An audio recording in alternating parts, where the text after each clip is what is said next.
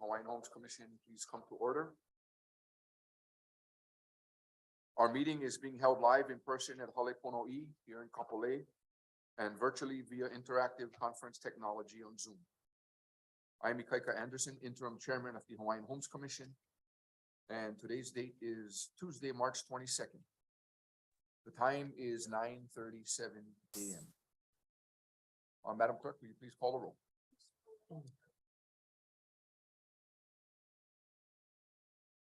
Commissioner Awo, Please present. Here. Commissioner Freitas, Here. Commissioner Helm, Here. Commissioner Keiki, Aye. Commissioner Kaupu, Here. Commissioner Namu'o. Commissioner Namu'o. Commissioner Namu'o.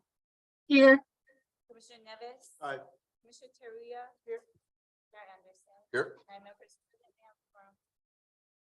Thank you very much, Madam Clerk. Commissioner Nevis, would you say a fully for us this morning, please? Thank you very much. Holy Kako. Heavenly Father, we thank you for this day. Thank you for watching over us, all of us as we come to this hearing today. Yes, your blessing be with the commission as we continue to do the business of our gracious Prince Kuhio. And we work towards resolving issues within the trust and work towards providing the benefits that we need to our beneficiaries. We ask you to watch over all those that are on our Zoom meeting today, and also those as they travel to Halepono'i, and ask you to bless all of us as we move forward in the business we do today. We ask these in the favor of thy son, Jesus Christ. Amen. Thank you very much, Commissioner.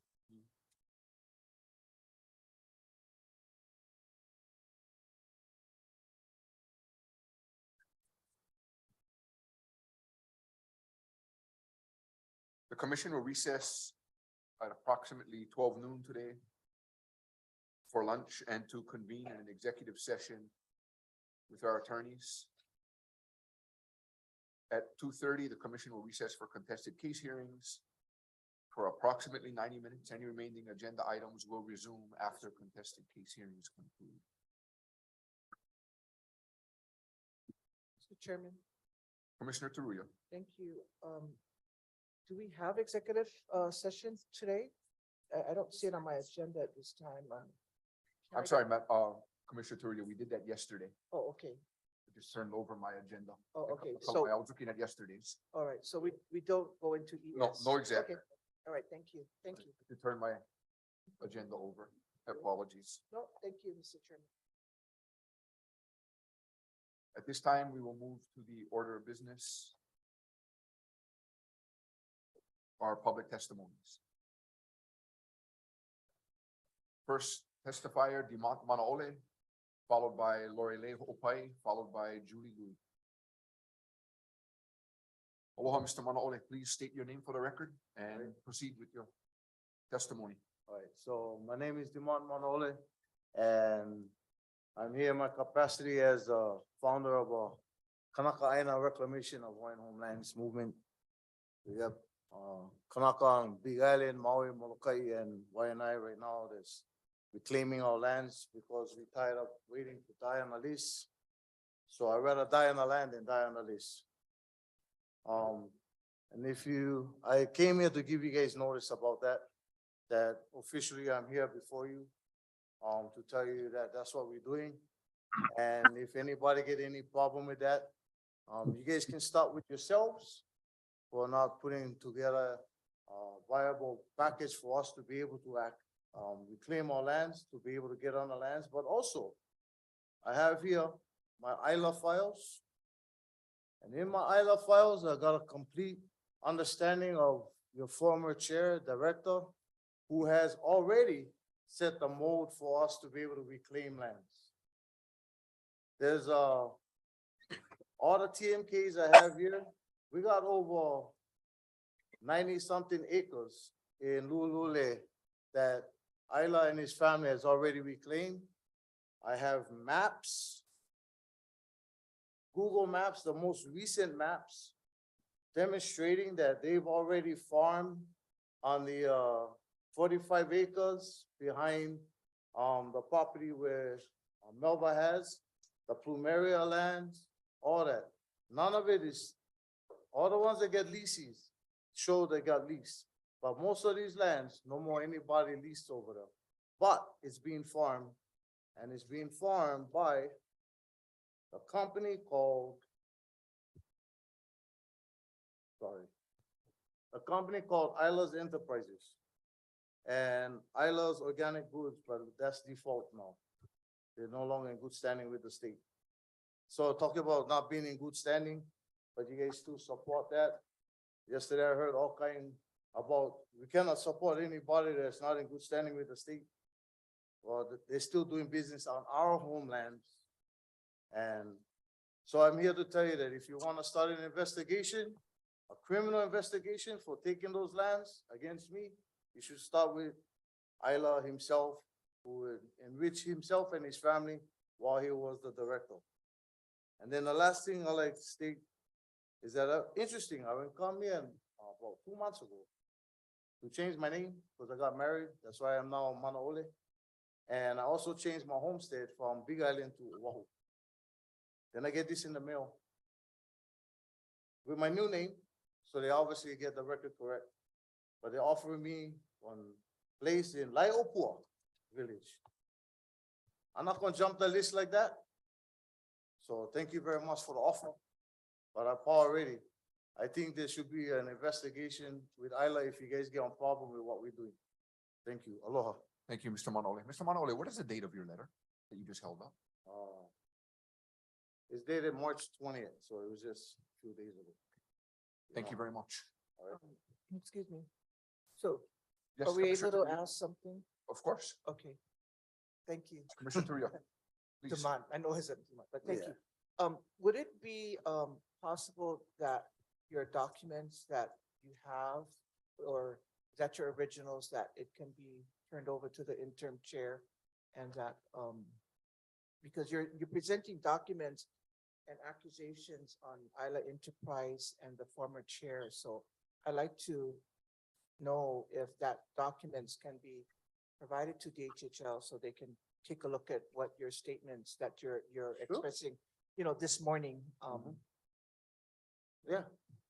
I will do that right now. Okay, thank you. Yeah, okay, great, all right. And, just so you know that copies of that has already been forwarded to the federal prosecutor's office as well as the deputy, the attorney general's office in the state of Hawaii. So I also, for the record, would like to ask you this. Do you currently, you said you're occupying lands in Lualua? I'm not occupying. No, okay, so what word would you use? I reclaim. Reclaim, okay, so you're reclaiming those lands in Lualua, Kalailoa? No. No, just Oh, Lualua. Kalaeloa, yes, Right. for the industrial area, 43 acres. So do you hold any permits currently right now on those lands that you claim? No, Okay, no right. permits. thank you very much. Yep. Thank you. Members, any further questions for Mr. Manole? Mahalo, Mr. Manole. Aloha. Good to see you. Lorelei Ho'opai, followed by Julie Lui.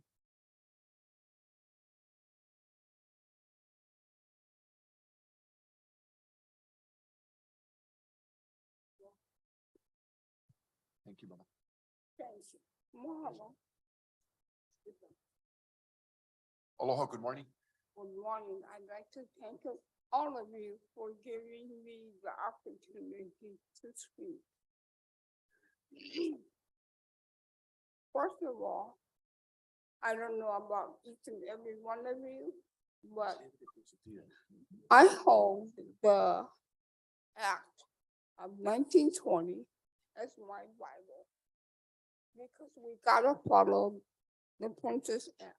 What he wanted was for his people to be on the land and homestead.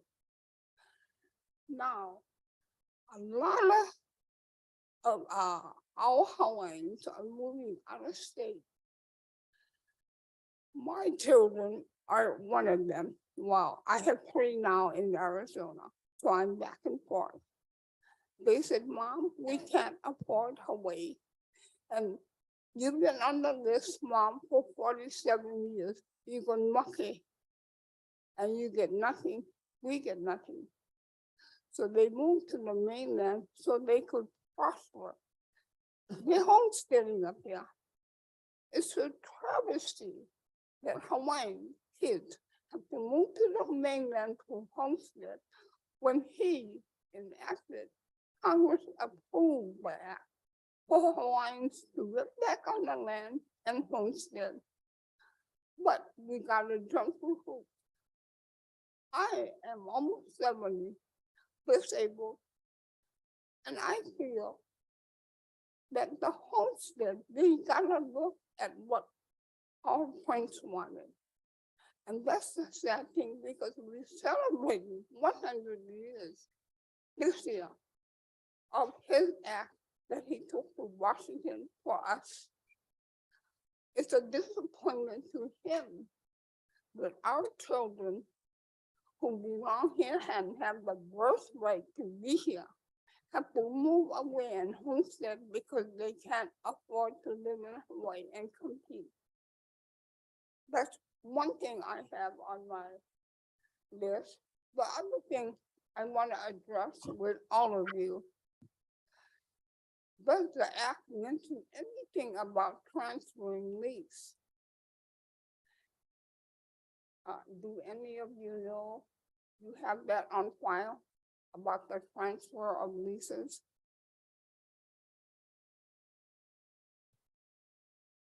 That's information, Auntie, that we can have staff share with you Okay. if you're interested. We can do That's that. acceptable. Then I'm also here to testify about Senate Bill 741. They jumped the list, the wait list. I believe the department and the trustees, the commissioners should look at the act. We have, now it's island-wide. Before in the old days, when we first signed up, was statewide. I believe we should, and I'm not the only one, should have a statewide list. We should put the people who have been on that list for so long, waiting for this. They should come forward. Many of them are couponers. They're too old to homestead. Maybe they can take a residential and give up the acreage they wanted. So they too old, they don't have ohana that want to use the land. But in Bill 741, when we take something that the Prince gave to the Hawaiian people and try to benefit financially, to me it's wrong. When you have people on the list waiting year after year and for decades. But I know we have to move on. But that's what I want. I am for Bill 741. For that reason, I know we can't satisfy everyone, but we have to satisfy the majority of Hawaiians and get them back on the land and homestead. And to be honest, if you're not going to homestead, put it back in the inventory. But you don't have the right to sell something that you made no improvements on. It belongs to the department to give it to the next person on the list. That's all I have to say. I thank each and every one of you. Mahalo for your Mahalo. comments. Thank you.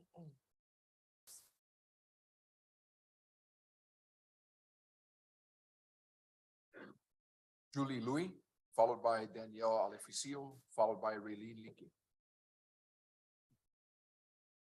Aloha, good morning. Thank you. I'm Julie Louis. I'm the office manager at Iwohi Brothers Trucking out on Barbers Point. I was here last month and I just am hoping to get an update because of our payment disputes. I was told that someone would be assigned to look into it and that we would be getting some information. Now I know that Mr. Albino called last week to say that it was being worked on, but that he needed authorization to share what he had learned with us. And so right now I don't have that. The part two of this is I did get confirmation from NAVFAC. NAVFAC, since we were on Barbers Point since 2006, they would come and read our electric meter. They have not read it since about a year ago, maybe a little bit longer. They no longer apparently do the billing for the electricity.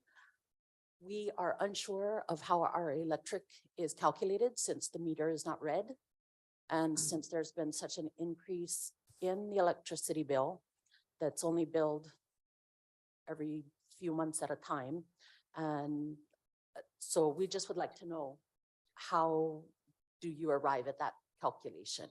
Because there's been quite an increase and we know that they're not using the meter. So I'm not sure how that's done. So that's really all I have to say, and hopefully I can get that update from what you folks have found so that we can review it. Thank you very much. Thank you. Mr. Albany, are you able to?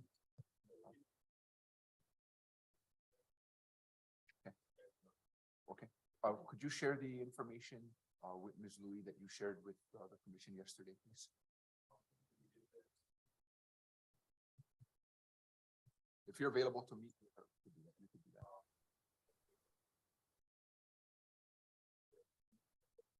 Well, whatever's in the written documentation, please feel free to share with her. But I have an open question, not what's Sure. discussed. Go ahead. Because, thank you. So thank you, Ms. Julie, for being here. So you said NAVTAC, N-A. No, NAVFAC, NAVFAC. So, And what does that mean? Navy, Okay, basically, the the Navy. military I used to, yeah. And Okay, so they oversee your electric bill for on Kalailo, is that what you may mention? It used to be that they would come, because the truck would come with NAVFAC. But then I guess, I don't know how the process works, but then they would give the readings to Department of, well, I don't know, actually know who they give it to, but then DHHL would bill us. So we would get a bill for electricity, a bill for rent, and a bill for water. So they also look at your water meter too? They determine water meter? No, I don't know who does the water anymore. It was just electricity, but they used to come to read the meter. And now we know that the electric meter is no longer being read and has not been read in about a year. How do you know that? Because we can see it on our security cameras and they would need to come into our yard to access the meter. And so since no one has come anymore, we used to see the truck, they would come, he'd say, hey, are the dogs tied up? And we'd be like, yeah, the dogs are, so that they would come in. So we installed that electric meter, we know where it is, and we know that no one has come to read it. So your dispute is on the current electricity and water bill, that the numbers that we had determined? Mainly, the biggest dispute is the billing at one time. Yes, the dispute for the water payments, how that was calculated. But right now, it's not really a dispute, it's just a question. How do you calculate the electric? Because we've been told the water is sometimes calculated by the water meter and sometimes it's by square footage. And so we don't know where that begins and ends. And now we have no idea how the electric is being read because nobody reads the meter. So in closing, did staff anytime sit with you to go over these line items of question that you have? No. Okay. Thank you, Mr. Chairman. Thank you. Thank you very much. Appreciate the help. Ms. Green, if you're available, now, would you be able to talk with Mr. Albany? And he has some information that he would be able to share with you. Thank you.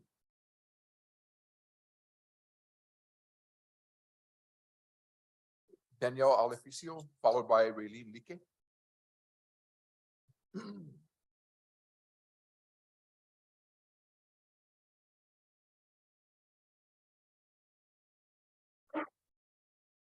Aloha, everyone.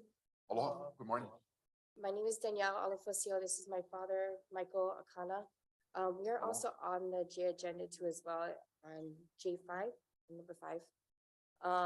Just to give like a brief, what I'm about to go through into the J agenda is trying to help my dad get onto the wait list.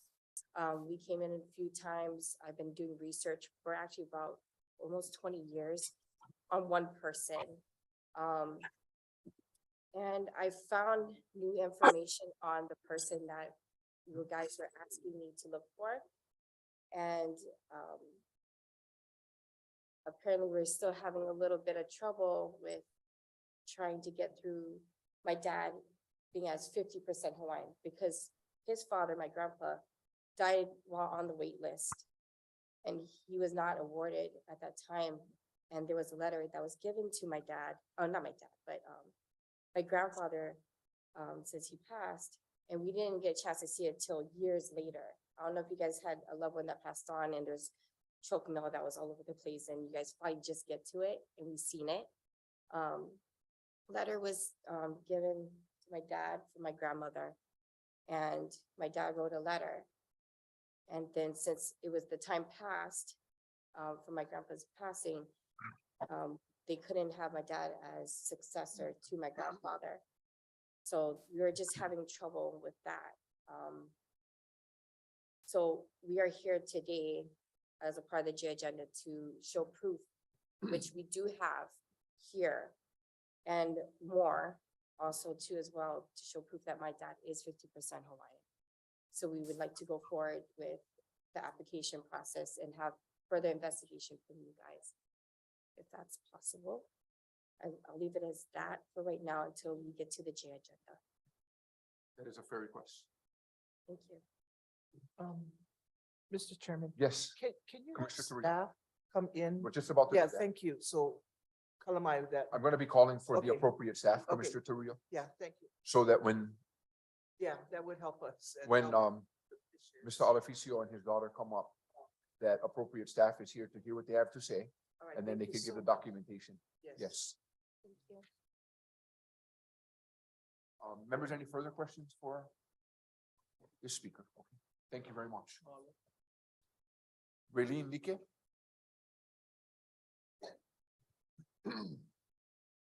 Aloha. Aloha. Good morning, Chair. Good morning, Commissioners. My name is Raylene Leake. I just wanted to formally introduce myself. We are official now, the newest homestead, Ka'ulo Kaha'i, and we have formed a hui called Aha Hui o Ka'ulo Kaha'i. So I'm sure we'll be coming into this room and discussing things later, but I just wanted to introduce our new homestead, which I hear is going to be up to 900 people, 900 strong. So a lot of these people on the wait list will be moving and be our neighbors. So thank you for having us. Mahalo. Thank you. Mahalo, Raylene. Members, any questions for this speaker? Thank you very much. Thank you. Mahalo. Gregory Tapuan Jr. Aloha, good morning. Aloha. Aloha. Good to see you, brother. Good morning. Good morning, everybody. I get, how long I get? 3 minutes, I think? 3 minutes, okay, make this real fast. Okay, I was kind of asked to be part of a Kupuna Council down in Waina. I'm pretty sure you guys heard about it. For whatever reason.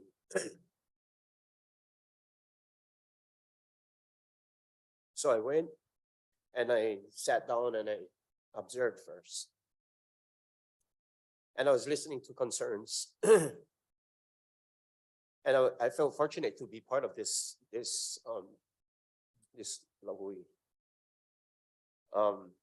So anyways, being directed to come and be part of this Kupuna Council, I got to sit down and talk to some important people, you know, for this short period of time that I've been involved with this little council. And a lot of things was very concerning, and I don't know why. It's just, you know, I don't know if you guys spiritually or whatever, but I was appointed, feel like I was answering and calling. So anyways, I got involved with it, listen, and then again the Kupunas went come up to me and say, "Hey boy, you know, you get a very strong voice. And when you come with a lot of heart. We have a guy that we like introduce you should go and talk to." Yeah. And that was him. I don't know why. Okay, I was reaching out in the community. I'm in the virus. I'm in the virus of up and down the coast, and it's a plague. You know, and there's a calling anyways. So I said, okay, why, who is this guy? She said, you gotta go and see him. He has time, he like meet you. I said, give him my number and I'll have him come and meet me. I'm gonna be in Pearl City area. So okay, he came meet me with Kuka real fast. I said, hey, let's go get together. So I said, okay. So he told me what his no always making him do. Okay. So anyways, he said, brother, you born and raised up here, up the Smoky. You know everybody. I said, pretty much everybody, the originals. I said, we have land over here. We have 28.6 acres over here. I'm a Suarez, but my grandmother is buried over there. And I know all the people who's up here. Halona Road was my great grandmother's name, and she gave 1 acre to the state so that instead of building a bridge, they got to make the S turn into the property. So anyways, the name Halona after Lulule was after my great grandmother. And so I was very sick. I was raised on this land from Keiki time, real fast. I was introduced to brother, and he sent me some parcel pictures. And what I realized as I was going through it, he said, Ed, this is all what, Hawaiian homelands, the HHL, whatever, I said, oh, okay. So I took interest in one parcel just to look at it because it was near where I was born and raised. So as I was looking at him, I was like, hey, this parcel, where is this the one by Lululand, behind the homestay? He said, yeah. I said, hey, you know what? If you look at this parcel, that's my address that's on this parcel. It says 12.40, okay? And then when you go down, you see the parcel numbers. I'm looking at the parcel numbers, and it doesn't match. It's separated by a couple numbers. And when I looked more, I seen transaction on 86330, which is my address. Personally, now it became my address. I don't know why it fell on my lap. I don't know. So I go do my diligence and I go see my uncle M. So I come from my grandfather is Alfred Ho'opi at my mom's side. I'm a Manini on my mother's side. On my grandmother's side, on my dad's side, this is where I was raised. But anyways, and I asked this one person I was talking to, Auntie, how come get our address on this? And this is not the address. The address is covered by my Uncle Joe Boy and my Uncle Clement Suarez. That's our address. So anyways, long story short, there's a cousin of mine. Her name is Mazana Eldeger. The house she stays in today, I was the next of kin. Me and her had a small situation that wouldn't break out. And I got arrested. For it. But I got acquitted of the charges. And, I never asked for it. I'd admit what I did. And because it was so porno, I wouldn't let it be. So anyways, to tie this in, that address that I saw on that parcel that was being excavated with all the pohakus, that's my address. And I don't know how that address got on that parcel, because when I was looking at it, I said, no, this is not that parcel. I was telling brother, I said, I get mail go there till today. And I know she occupied my grandmother's house, and I've been trying to have this house back to me. Yeah, but anyways, that's a long story. But if you guys, I don't know why, and there was transactions on the bottom had money. I don't know, but I don't know. I just seen tools, and when it hurt my heart, so I took it to my auntie, and right now they're trying to get together something to take my cousin to court and see what's happening. I don't know why I'm getting this, and I never asked for it, but I just taking a stand today and asking you guys if you guys can help us and look into the matters on how this came about, because she ended up taking out some imparting pohaku from my grandfather's house, and nobody told me until they told me that was my grandfather's rocks. My grandfather's pohakus that many rituals I was grown up with. And she removed them from our island. And And I found out who was the ones who would take the truckloads of it. So I don't know, I don't like make trouble. I'm not trying to make trouble for nobody. But I like the truth, and I like, no, I'll come, and I've been telling her, I like, come back home. I don't know, probably this is how it's gonna happen. This is how it's gonna come back. But I only try to be poor, and I told my to them, I don't know. I get 5 keys, and they're all Connie's, they're all men. But please, guys, take into consideration, help me, help my people. Thank you. Mahalo for you, Manalo. Commissioner Torrio? Yeah, I had a question. I'm sorry, Please, what Commissioner, was go your ahead. name? I'm sorry. Gregory. Gregory, aloha Gregory. Hello. Thank you for coming. So, by, you know, and you okay? I Yeah. wanna give you time. Yeah, So, okay. My question is, you're trying to find out your home in Lualua Yes. Waianae, is that's your Ohana's property. Yeah. Right now, Mizana is on that property. Yeah. So I think your question is asking the department to How look is- at the pala Yeah. to see who has the lease and on that particular 86330. on, 230 Yeah. on Lualua Road. But Oh, that's is it- actually 86330. Yeah, Halona 86 Road. Halona, yeah, I'm But sorry. that's the discrepancy when I was looking at the I address. see. Mr. Ikaika Anderson is furnished through Uh-huh. Paladima, the photos. So it's a 86330 Halona Road address that she occupies. And Okay. when I asked my auntie them on Saturday what was going on with that situation, because I told her she stays there. She doesn't, she doesn't live there. You just staying there, Mazano. But I'm not gonna make hoo-hoo. Anyways, I asked my auntie and she said, oh, Mazano would put him under her son's name, boy. I said, what? Why would she do such a thing? Why would she put her son? Who's her son? Mind you, out of next of kin, that was supposed to be my house. And they had some stuff. It's all porno though. All my elders, there's only 2 alive right now. There's Ide Texera and Rosemary Awal, but she goes by my auntie Aga. That's the only 2. My uncle Joe Boy just passed away. So anyways, that's the ones I took my, Right. and I go to the family meetings. Right. I started to go, but this is before I even got involved with anything on our behalf. But yeah, It's the Any more questions? Wainakupuna Council, Ye- that area. yeah, local. yes, yeah, Okay, so I think, Intern Chair Anderson, I think what he's requesting is staff could, work with him, at least look at the TMKs and his concern. I think, if we can step up and do that and get it clear yeah. on the pala paperwork, who's on the property and. Right, so If it yeah. ties to that parcel that was excavated, and my auntie then would ask him, how come they taking off all that stuff? The Pohaku. Yeah, from the other property, not ours now. She did that after the same the same time that was going.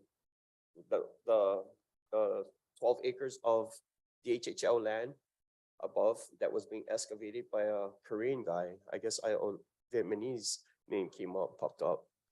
And I don't know if they said they was gonna farm, but it's shut down now. Yeah, so there's no movement over there. I guess Mantidan will go over there and confront and try to ask questions. So I So- think, I know. So I think if you stick around and I know, our chairman will have staff come down and, share something with you. yeah? Okay, Yeah. okay. But, mahalo for sharing. yeah. Thank you, I thank you. appreciate your so I your never, time. that being said, I never like look at any more parcels. Yes. I never like go through whatever else was sent my way. I started with mine because I found that was near to me. Thank you. Yeah. Thank thank you. you. God bless. Thank you. Aloha. Thank you, Mr. Chairman.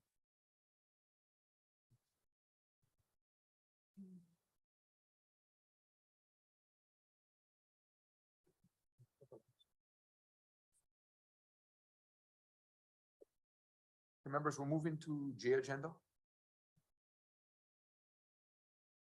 First testifier for J agenda, Uncle Bo Kahui.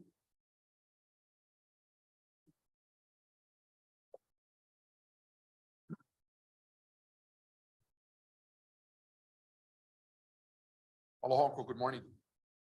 Aloha, good morning. Thank you for this opportunity to speak before the commission. Interim Director Anderson. I also want to welcome Makai Freitas to the commission. I think the selection was right, given your experience.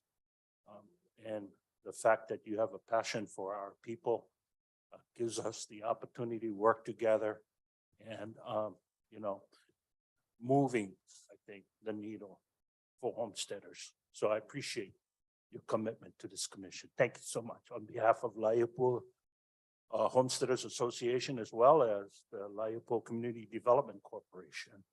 We appreciate your commitment. For the record, my name is Bo Kahui. I'm the Executive Director for the Laiapua Community Development Corporation, which was established in 2008 during the Kulia Ikanu'u program, under which the Department of Hawaiian Homeland provided funding for communities that wanted to do economic development. And so myself, my current president at Laiapua Community Development Corp, Sam Walker, we both got certified, qualified to become, to do this work, community economic development. Having said that, I was the former president for the Villages of Laiapua. I was the founder and president and then executive director of Laiapua 2020, which became the platform for community economic development in 2008. We received the initial $250,000 that really helped us move that project along. In 2019, I left Laiapua 2020, and then I now am the executive director for Laiapua Community Development Corporation. Our CDC corporation is just that.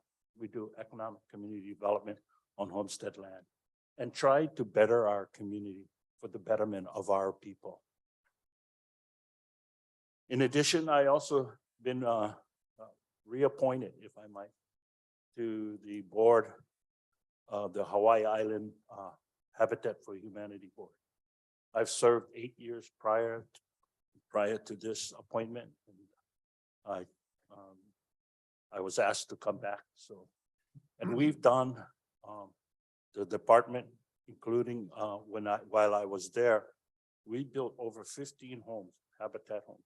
At one time, we built 10 homes in 10 days, habitat homes in Laiapua.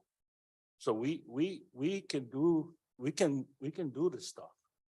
And so I'm proud to say that I'm back on the board, and we intend to fulfill, I think, some of the programs that are coming down to assist homeowners who cannot afford to build homes, to take the habitat model. In 1999, I took on the habitat model under the department's program at that time. And fortunately for me today, and I think this is the key element for habitat homes, is that I no longer have a mortgage. We are financially free. My wife, myself, my kids. It gives us that kind of opportunity to, give us a hand up and not a handout. That's the difference between the habitat model. Before you, and thank you again. Before you, I just wrote this brief testimony. Recently, Laiapua CDC applied for 2 grants. One grant for $133,000 for a preschool development, and then another grant for $68,000 for the development of our community park. We were promised in 1999 that we would get a park. We would have a community park. There's no park. And the association not having wherewithal, we decided, Laiapua CDC decided, we're going to make this happen. We've had community meetings, we've had beneficiary meetings, we've reached out to the community. We've documenting our action to build this park. And my hope is that we will receive this grant so that we could move and begin to initiate the planning and design of the park. That's just for planning and design. The park is estimated to be about $12 million. The preschool, the same. We had a preschool that was planned almost in 2008. And at that time, it was part of a comprehensive master plan for Laiupu 2020. Kamehameha schools came in and said, oh no, we're gonna do them. Then they carved out that parcel for Kamehameha schools. Then Kamehameha schools would drop the ball. They decided, oh, we're not gonna put money in the community. We're not gonna build a preschool. So I said, we go build a preschool for our community because we need, early education is important. It's one of my big pet peeves. All my kids went to early education, went to preschool, and all of them are successful. I think it starts at the beginning. We have been campaigning at the legislature for these funds. So we will continue. This Friday, the GIAs, if you have a GIA, they're gonna do the review. I'll be back on Friday at the legislature to also inform the Senate Ways and Means Committee and the Finance Committee about the importance of our funding. The next thing I want to talk about is our priority project. So the park and the preschool are part of our priority, but the number one priority project is water. We have been before this commission many times, talk about water. We have been working with staff, Andrew Choi, in an attempt to craft an agreement with Mr. Gianalis and their group for the purchase of their property. 7 years ago, we started out this track. And at that time, we were just gonna develop the water on 5 acres. Last year, sometime in May, they decided, oh no, we're gonna sell all our land, 129 acres. And that's it. We know the water is there. It's adjacent to the county water. The county water, our facility, the tank and everything is inoperable because the pump that was used, a submersible pump that was used to bring the water up, the cable snapped. Now the pump sits inoperable at the bottom of the well. We have an opportunity, the department has an opportunity to build this source right next to this water source. The water is there. We've spoken to the chief hydrologist, Mr. Nance. In fact, he was the one that directed me to this project almost 7 years ago.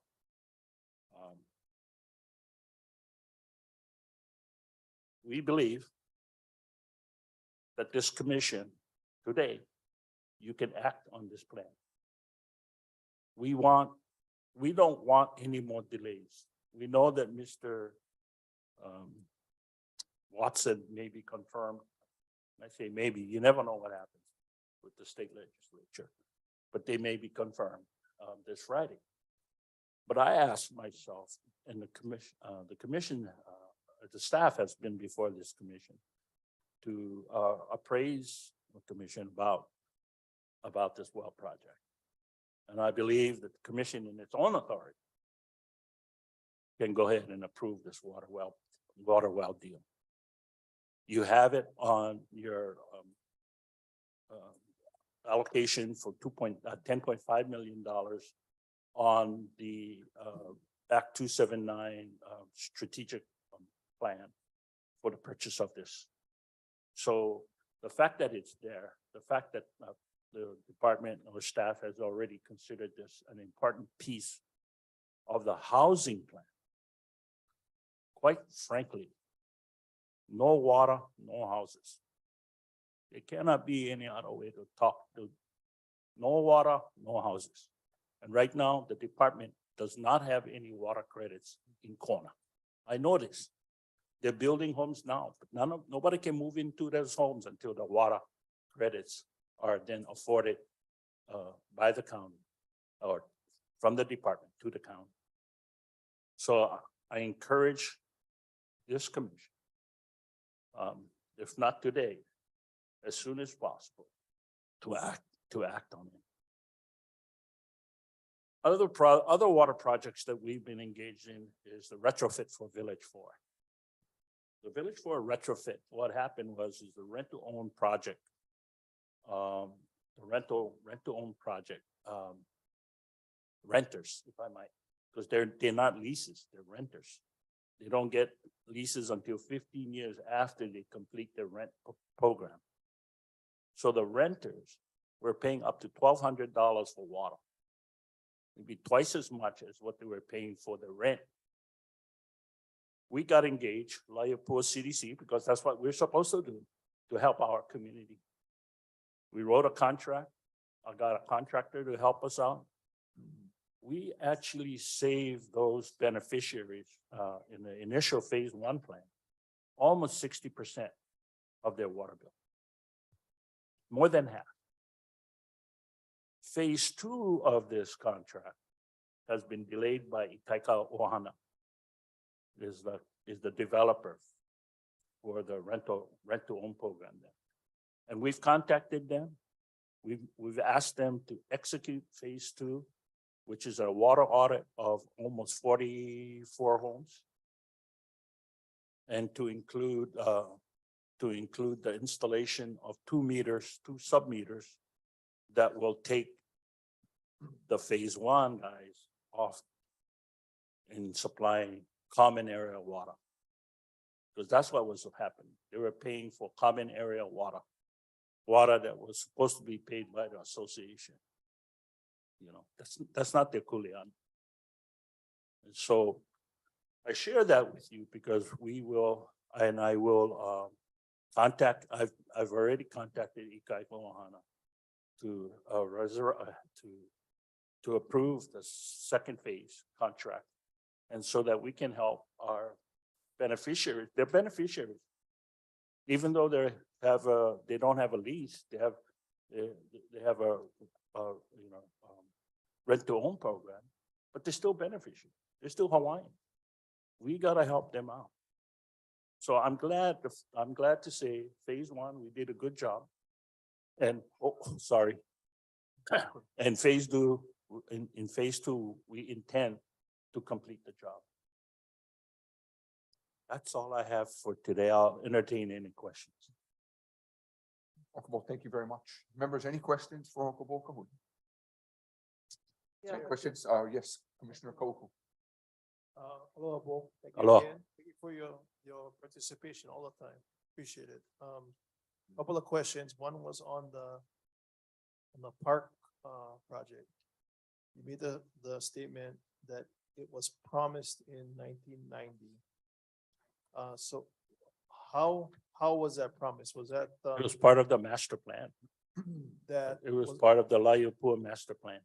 that the department put The together? department had allocated area for recreation for the park.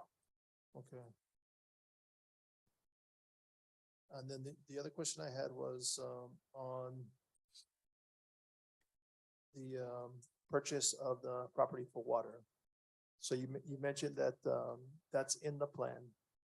And so is your comment or your mana'o that just make sure that we follow up with that plan? Because that is the intention of the commission, or is it commenting that the plan isn't happening fast enough for? The plan isn't happening fast enough. I'm in 7 years into this plan. Okay. 7 years. I've been to this commission almost every year, making this water project a reality. Now we've come to the point where the owner decides he wants to sell his property. The department did invest money in this property. They did the EIS. They did the environmental archaeological study. Yeah, and I don't wanna make you to go over your time. again, Oh, but- okay. But your comment was not that we're not following up on this, is that we're not following up on this fast enough for your liking. Yeah. Yeah. Okay, Yeah. I just wanted to confirm. Yeah, no, and to be truthful, there is no water in Kona. Yeah, understood. And again, I don't wanna So get this into a is, this debate. is I just wanted key to to, understand your, yeah. Thank this is you. key to our housing plan. Oh, thank you. Thank Commissioner you. Trujillo. And thank you for traveling here. Well, appreciate you. And yeah, you've Yeah. been here every year since I've been here every year. And I continue to hear that. I continue to hear about funding from you a lot, the water resources funding.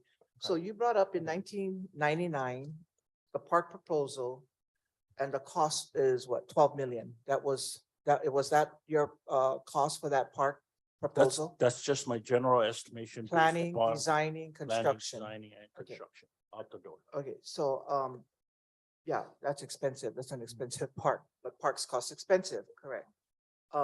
Did you apply for the HHL grant 2023? Did Liverpool apply for that grant, that was out there? We did, and we got denied. We had applied for a secondary water source, I see. EIS study. And because the department, well, according to staff, because we didn't have an agreement with the landowner that if the study was completed, what would commit the landowner after the funding that the department would have invested? So that's why the department didn't, Okay, but so your grant was, it didn't go through. it did not go Okay. through. So this year you have the state ledge GIA FYI 24, correct? Correct, That you'll be up in Friday, up at the ledge, doing your 2-minute presentation, that's blah, correct. blah. So your Liverpool is your GIA applied for 525,000. Oh, the Is that your GI guys' total? No. No? The GIAs are 133,000. Oh, It's on there, okay. and 68,000. Oh, that's a GIA. Okay. Yeah, yeah. Is that for the workforce pavilion project? No, that's Liverpool 2020. Oh, They okay. were applying for about a million some odd dollars last year. Liverpool 2020, which I was a founder, I've been tracking I see. some of the work that they were doing. And they did apply last year. I don't think they applied this year for GIA. But The there, Liverpool 2020 didn't apply this year. no. I think it's in there this year. I'm sorry? It's in there. It's in the GIA this year for, Oh, well, Yeah. great. Yeah. I didn't see, it, but okay. if they did, great, because the critical notion or the critical plan that included workforce development Mhm. included this third phase for, I know because I created it, but this third phase construction element gives us the opportunity to create workforce development in our homestead. That's why it's critical that they got funded. But more than that, they were able to leverage other fund sources. I hold several other entities for new market tax credit funding, and I'm the financier for all of the development at L 2020. The medical center, dental center, community center, and community kitchen, along with new market tax credit, Tamar DeFries and their group. I am the president of the financing arm. All right, great. All right, thank you. And again, thank you for traveling. Yeah. Thank you, Mr. Thank you, Chair. Commissioner Trujillo. Commissioner Freitas. Uncle Bo, thank you for taking time and traveling from Kona to be here with us today. Really appreciate it. Thank you also for your passion, for your beneficiaries in your district. Thank you. Starting off with Habitat for Humanity, that's a great entity with Patrick Kearney. I know you've done a lot of work, not just with yourselves in Laupua, but also in Kailapa as well as in the Kaihai Yeah. homestead. For the park development, there is something there now, right? That's kind of ready to roll. Do they have a little area that's talking to Stuart Mitsunaga, who's not here with us today? He informed me that there's an area that you guys are doing like, There's a Open- 5-acre parcel that was designated as open space and park. So we have applied for a right of entry. Okay. Liverpool CDC has applied for the right of entry to develop the park. and I think you guys are waiting on water credits now or something to kind of get the final okay on it, maybe? This particular water project that I spoke previously will give water credits to this lot. Okay. And also to With respect to the preschool has 32 credits, more than it needs. So we got water for the preschool already. Okay, thank you. Let me get with staff as well as, Kahana and Stewart, and we can figure this thing out and definitely get back to you. But thanks again for your coming today. Thank you for giving your contact information and, reach out to us anytime. Thank you. I want to make just a closing comment. Laipo CDC, we're as passionate as we were when we were L 2020. The same guys that did L 2020 are the same guys doing the CDC program. And we're just there to help our beneficiaries. We're not there to compete, although I think some of the villages of Laipo Homesteaders Association think we're competing with them. We've asked to partner with them to build this park, and they denied us. They said, "Oh, we don't recognize us." But that's the troubling part about our community sometimes, is that if we no can lahui, if we no can come together, then it becomes more challenging as we move forward. I'm not afraid. I'm not afraid of the work, but we can get it done. Thank you. Members, any further questions for Uncle Bo? Uncle Bo, also wanted to thank you very much for your passion and commitment to your fellow beneficiaries, particularly to those who are in your community of Hawaii Island. Just wanted to share with you, Uncle Bo, I'm sure you know, but just wanted to share with you that my administration is committed to doing everything we can to work with you folks towards water development for La'iopua.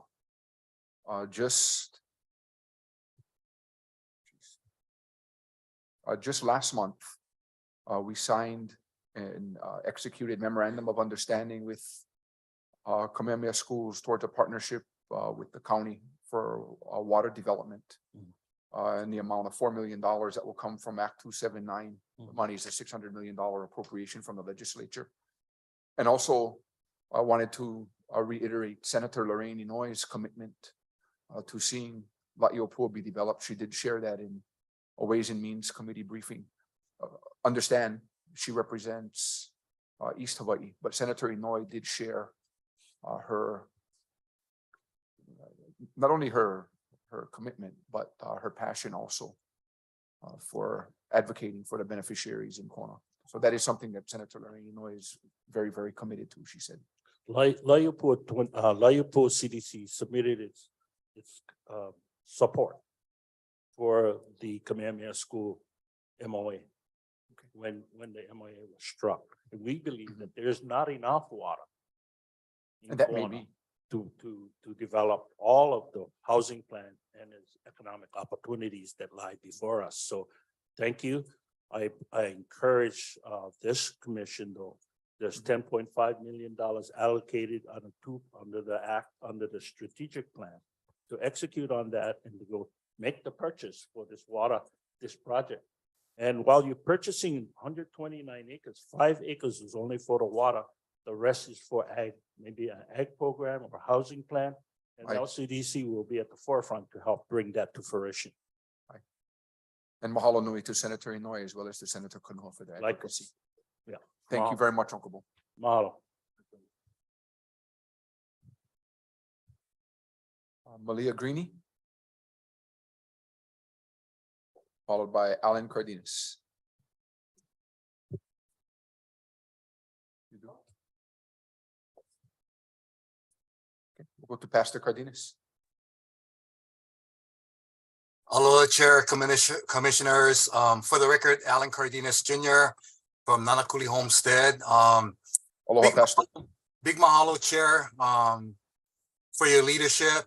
Commissioners, great to see all of you guys. Mahalo for just the time and the commitment it takes to make our homesteads and our people feel valued and appreciated and loved. So big mahalo to you and everybody showing up today. The fact that people are taking time out of their lives to be here is just so special. So again, Alan Cardenas Jr., I grew up Nanakuli Homestead in a valley, pastor Nani Kopono Church, but I'm here today on behalf of our Neighborhood Security Watch.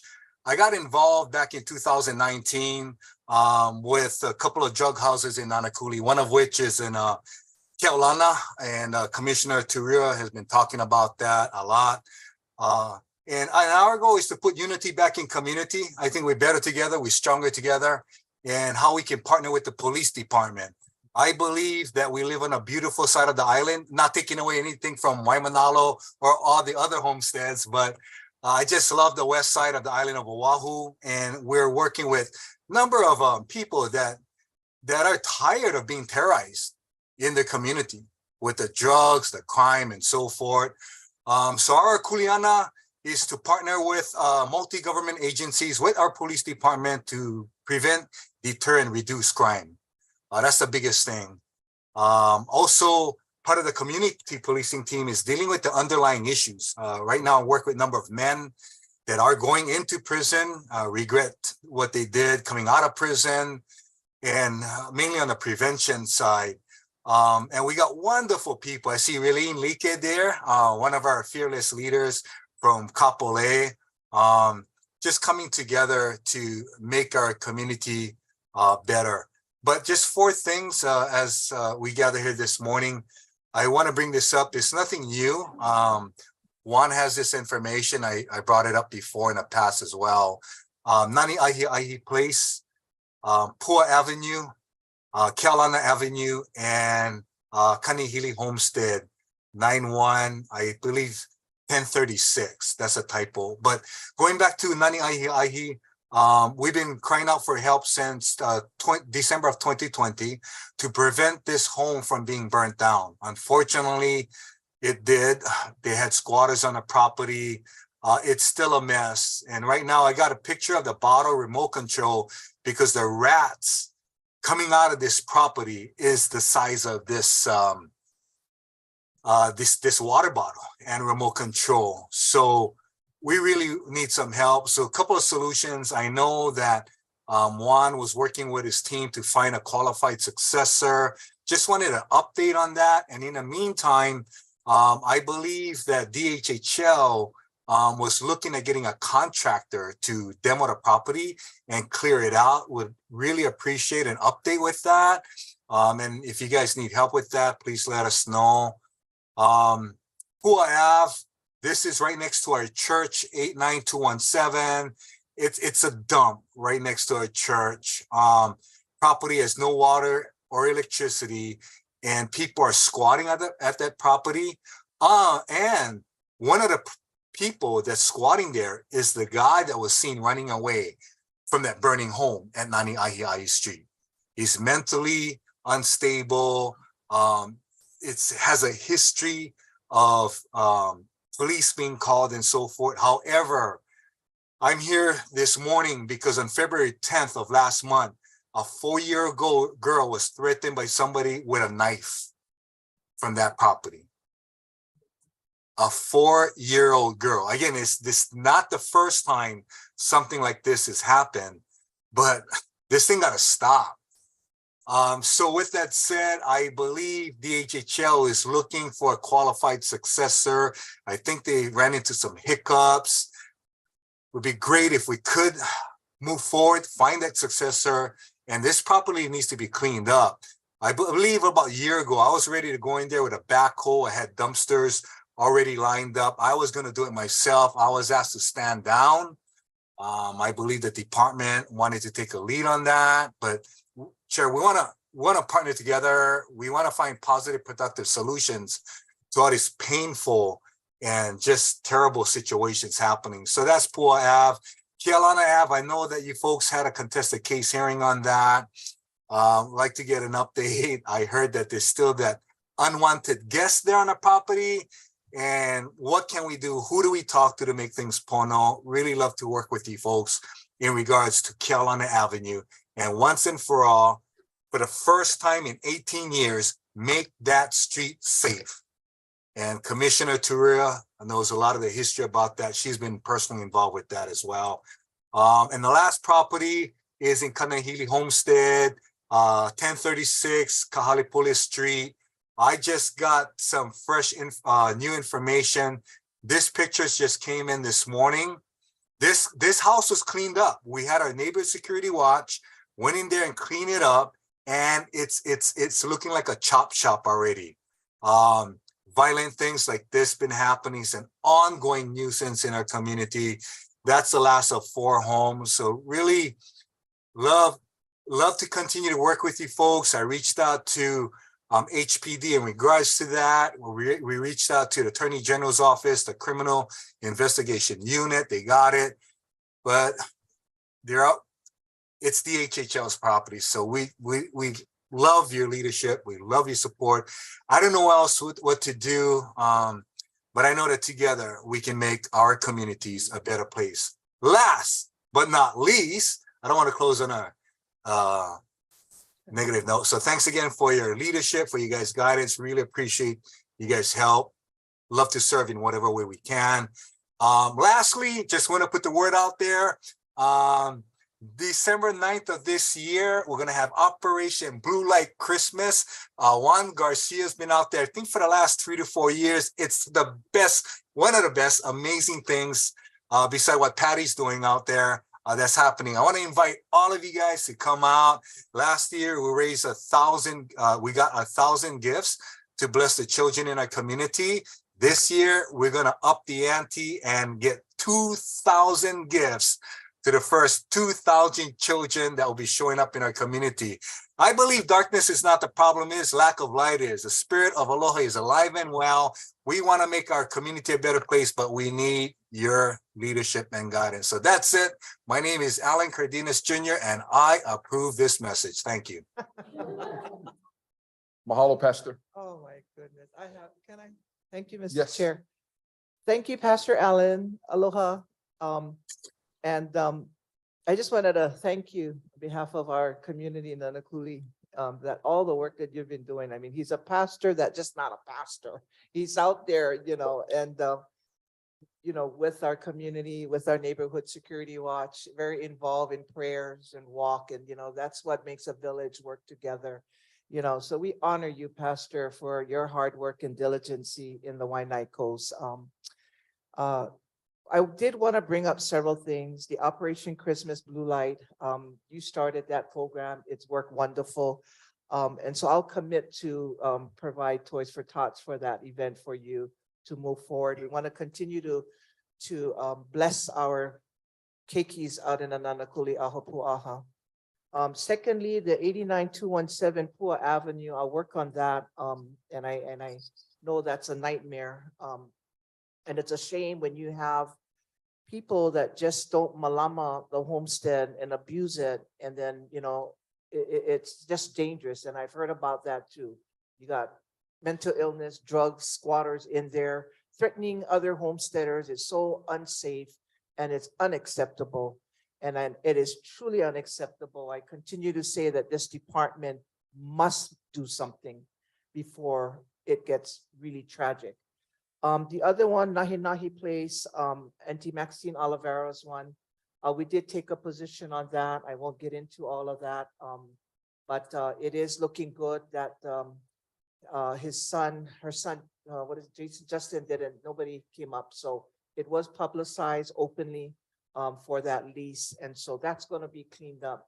When, I guess it's my duty to try to push the department to get that place cleaned up so we can make it safer. It's not just taking the lease and not doing anything. This department is that we need to pursue that, and we need to make sure if the lease is taken, that house, if it's decapitated, then we need to clean up the property. We need to put signs, no trespassing, blah, blah, blah, blah, and get some safety for the other homesteads that live in that area. Our church is on Pua Lane, and it's, yeah, correct, right next door to the church. And so, we continue to lay hands on our people that are lost out there in Nanakuli, but then we have to continue to make our community safer. The other one, 1036 Bobby Nunes in Kanahili, I did get from Neighborhood Security Watch. It is a nightmare again, here again. No water, no electricity, it's violation of the lease. You got drug activity on that area. Pictures are coming in, rolling into me, and so what's happening is it's our lessees that have homes there and trying to live safe with their kids and family are threatened by these kind of activity. And so what happens is their own babies won't go out to, enjoy the fresh air because they're afraid. You live by a drug house, trust me, you should be afraid and not try to sleep well at night.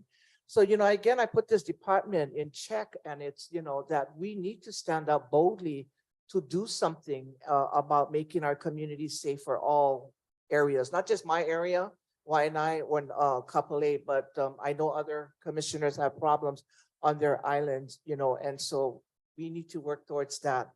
But I did want to express all what you did, Pastor Allen. I thank you. We look forward to working together and solving these problems together. Kealana, another one.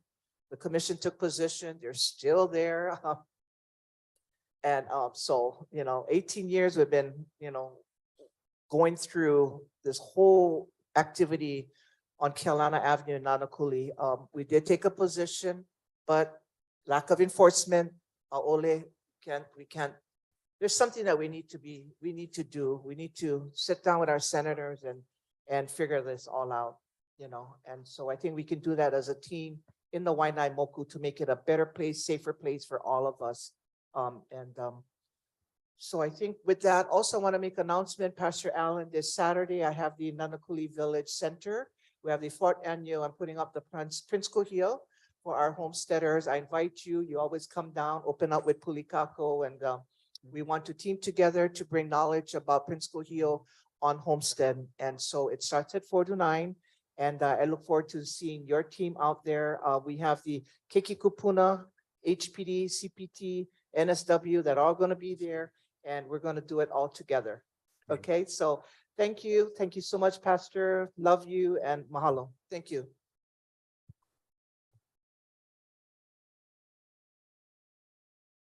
Nakoa Development? Yes. Commissioner Hell, please. Yeah, just want to inform you that I have to leave because my flight on Mokulele has changed. If I miss this Understand. flight, I will not be able to get back to Molokai. But as soon as I get to the airport, I'll go on Zoom.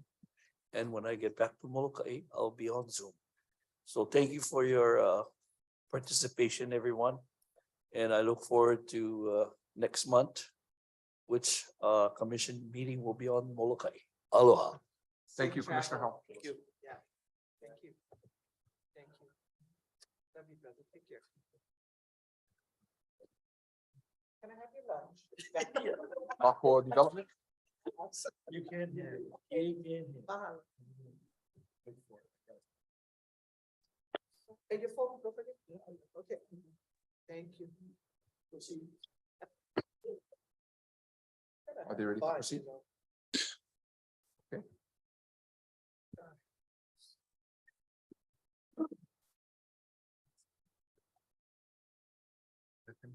Hi, aloha. This is Gaiten Galdera with Nakoa Development. Am I able to share my screen? Aloha, please proceed. Good morning. Morning. Hi, Hello, this is Kahanu as well with Nakoa Development. Will I be able to share my screen as well? Aye. Or my video?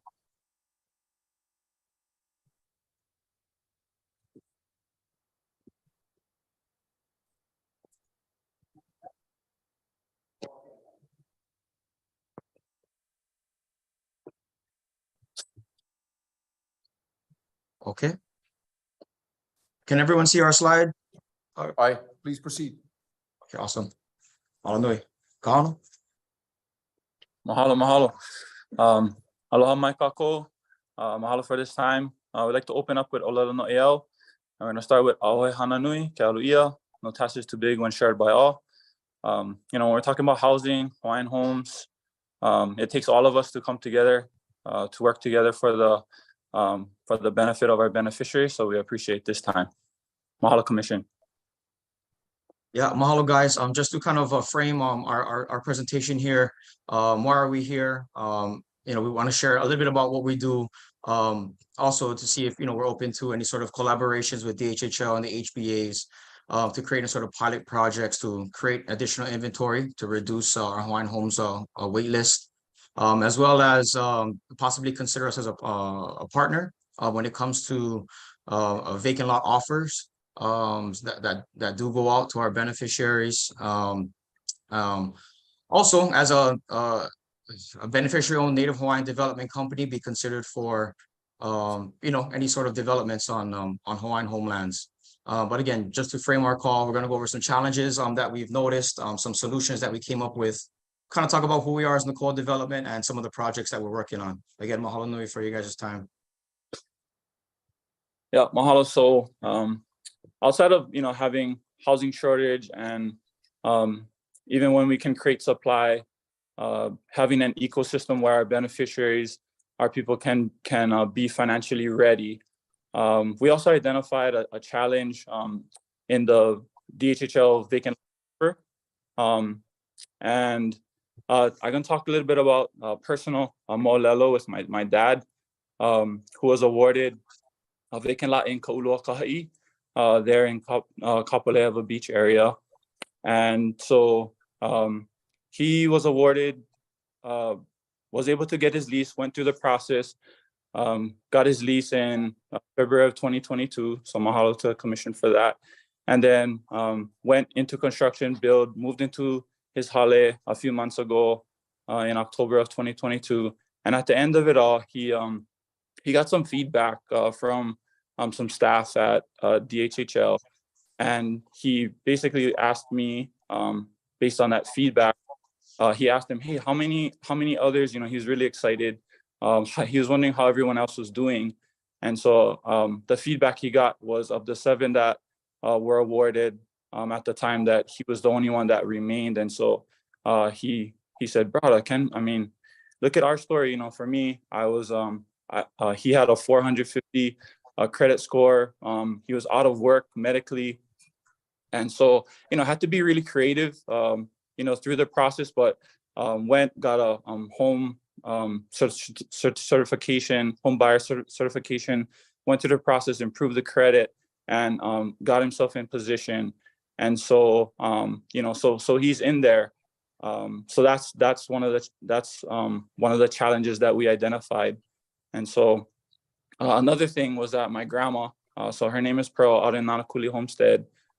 She said, hey boy, we got so much boarded up houses here on Homestead. Is there something we can do? And so I told her, yes, Grams, there's things I can do, but there's some preliminary steps that we have to take care of. But we're putting something together right now to be able to hopefully address that. And so yeah, and so with that, obviously we there's we have our people, and some of them are getting extremely frustrated through the vacant lot offer process. And so, we recognize this opportunity, and for us, just trying to be solution oriented, what did we do? We created a one-stop shop, kind of like a do-it-for-you service, where we'll hold the beneficiary's hand from point A to point Z. So I've got some photos here. The photo on top right-hand corner is our container office over in Anahola, Kauai. And then on the bottom is one of the awardees, Mr. Boyd, in front of his lot. And Pilani Mai Kai in Anahola, there's 50, I believe it was 52 lots that were awarded, or 51. I'm sorry, I don't know the exact, I can't remember off the top of my head, but right now we're working with about 12% of them. And where we're taking them from the beginning and we're helping them through. Right now, we got about 8 of them coming through building permit. And again, just holding their hand, helping them navigate the whole entire process. Even if you're in construction, even if you understand and are educated to communicate, it is an extremely stressful process. So, we're kind of just stepping in and helping them, in the gaps and the voids that have been, recognized. And then also, like Kano was mentioning, creating more inventory by rehabilitating some of the existing properties, as far as some of the solutions that we see. Kano? Yeah, so who are we? We are Nakua Development. I'm Kahanu Noah, beneficiary. Grew up homestead in Nanakuli, and I currently am on Maui. Yeah, and I'm Gaitin Kulikun Ugo Dera. I'm in Oahu, from Wahiawa, Oahu. Yeah, so for us, we want to create home ownership opportunities in Hawaii. Keep our people home. on and off homestead. We consistently have, friends, Ohana, that are currently moving away. So we want to stand ourselves up and, as an emerging development company, and primarily, be the solution provider in alignment with the legacy of Prince Kuhio. We all know that stick together and try to agree to the best of your ability to meet the most important problem, the rehabilitation of our race. And, we just believe in this time that a hale is a piko. And so this Yeah. will help. So just a real quick, just want to just kind of show you guys what we're kind of doing in our vacant lot offer. When our beneficiaries come in, we keep them extremely focused on a couple main things. The first thing is actually getting your lease, right? And to get your lease, right, getting your building permit, construction contract, and your performance bond. But the cool thing with what we're doing is we're all about education, right? So we'll do one-on-one consultations. We'll also do bi-weekly group calls. So it's kind of cool because we actually get to build community ahead of time, right? Not, you move into your house and now you know who your neighbors are. We're actually able to put these guys together and they're going through the process all together. They can share resources, share their stories, and they're actually learning from each other. So a really cool power in that. And then also what we've done, which we're really happy about, is we created an online course. And where it's all about education, right? We want to teach our people how to fish. So even if they don't want to necessarily work with us, here, take this course. You guys can go and you guys can run and construct your home from the beginning on your own. So we want to equip our people, give them the tools, and help them as much as they would like. This is a quick snapshot of how we keep track of our current beneficiaries. Like I said, we have about 12 of them right now, and we're getting a little more every day, but we'll track them from left to right. Basically just to show our ability to scale as we keep everybody, through their process. When we click on an individual, we can actually go in and we know live, right, where they are, who we got to follow up with, et cetera, et cetera. So that's how we just kind of stay on top of it. And as far as what we do to support. And again, here is a screenshot of our online course, which is live, and we're super excited about it. So again, it's an educational tool to help people go through this process. So where are we going? We're actually on, sorry, there's a misprint there. We're actually on 4 islands, Kauai, Maui, Oahu, and Big Island. Obviously, we're preparing for future DHHL vacant lot awardees across the Pai'aina. We also have Section 8 housing development component where we're allowing those Section 8 those that are on the wait list, or providing more inventory, but also connecting them to the home ownership program, which we're hoping to pilot. We're currently looking for a property that we can collaborate with the counties. We have affordable housing projects on Maui that we are currently in pre-development phase. And then, future on Kauai, potential for a 20-unit affordable rental apartments. And then Gaitan, I'll kick it to you to share about what you're doing leading off. Yep, we're junior developing on these ag plantation camps, ag condo concepts out here on Oahu, helping local farmers, actually own their own land versus leasing it. And also if, there's two different phases, phase 1 and phase 2. Phase 2, if it is approved, then, getting them in their home. And so right now we are selling acres, 1 acre parcels between 125 to 130,000. And again, just providing opportunity, right? Other than home ownership, providing our local farmers opportunity to own their own land, versus an outside buyer coming into our islands and taking over the land parcels and just taking those opportunities away from our local people. So that's kind of what we're doing here on Oahu. And again, as Kano was saying, as a native Hawaiian and beneficiary owned real estate development company, we welcome the opportunity to participate in any sort of DHHL development projects. And again, just kind of why we're here. you know, obviously we understand what DHHL goals are moving forward, especially with the new administration stepping in, but we're open to, you know, collaboration. We're open to being considered as a partner. You know, we're here and we just want to be part of the solution. And, you know, we thank you guys, for you guys' time. Kano, if there's, something else you might you wanna add on? Yeah, I think, you know, last few words is, you know, for us, we, you know, even for myself, right, I'm a waitlister, but I just wanna share that, you know, to remain hopeful for all of us as beneficiaries, as a people, right, we can remain hopeful. And then just last, to close it out with a olera no ea, pupu kahi I holomua, you know, unite, let's unite to move forward, not to divide and to go backwards, but somehow, some way, where if we can all come together, you know, for the greater good, and solve the problem of, you know, working towards ending our wait list. So on behalf of Nakoa Development, I want to say mahalo nui, and stay connected. And if there's any questions for us right now, or an opportunity later on to connect, you know, then please contact us. We are ready, and our team is also ready to scale, to serve.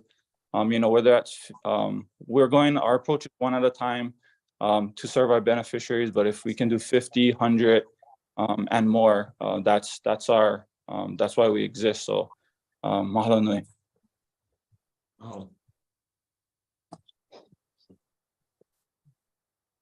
Mahalo. Members, any questions, Chair, if I comments? can, I Yes, just want to say Commissioner hello Kopo. to both Kano and Kaiten. I had the pleasure of knowing these young gentlemen since the time they played football. I was coaching at Kamehameha, and both of them went on to University of Hawaii, and now they've grown into you know, up and coming Native Hawaiian businessmen who want to give back to the Hawaiian community. So it's very gratifying for myself personally, and I want to thank you guys for today's presentation. I'm trying to summarize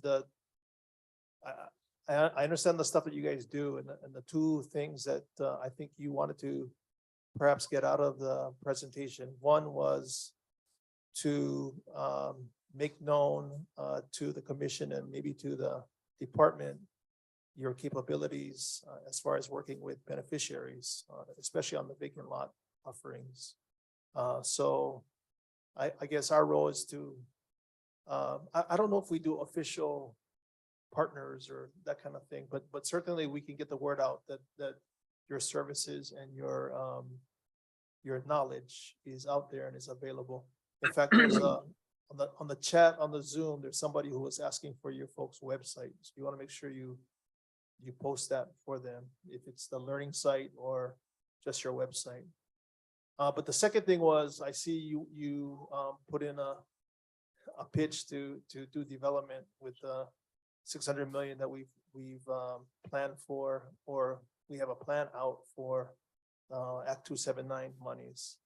And that's a much larger undertaking, and I congratulate you guys on reaching for that. That one, you probably want to stay in touch with not only the chair's office, but the folks here as these projects kind of come online and they are put out to bid. So anyway, just wanted to say, hey, aloha, good to see you guys. Congratulations on where you've come from, where you are now, and where you guys are heading. Aloha. Thank you very much, Commissioner Kupu. Commissioner Freitas.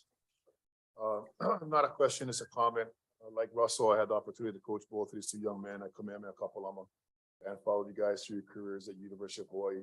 Thank you guys for what you guys are doing. Thank you for your passion for beneficiaries. As like Russell mentioned earlier too, thank you for stepping up.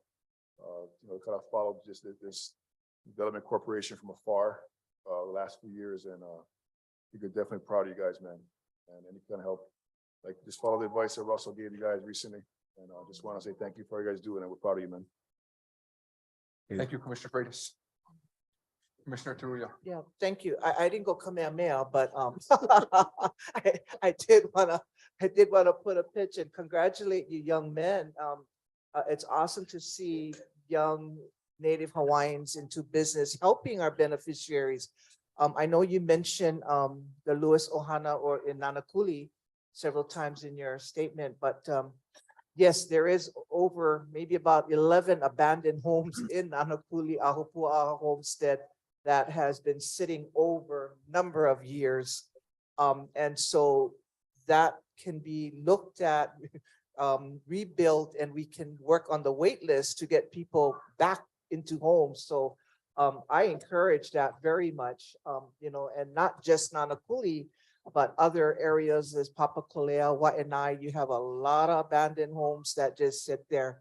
And so this is another effort of how we can work with waitlisters, and to have that vision of moving this waitlist forward is getting the process moving forward, to get beneficiaries, waitlisters into our homes. But very good presentation. And thank you very much for your effort and hard work, you young Native Hawaiian men. I'm just proud of you. Thank you.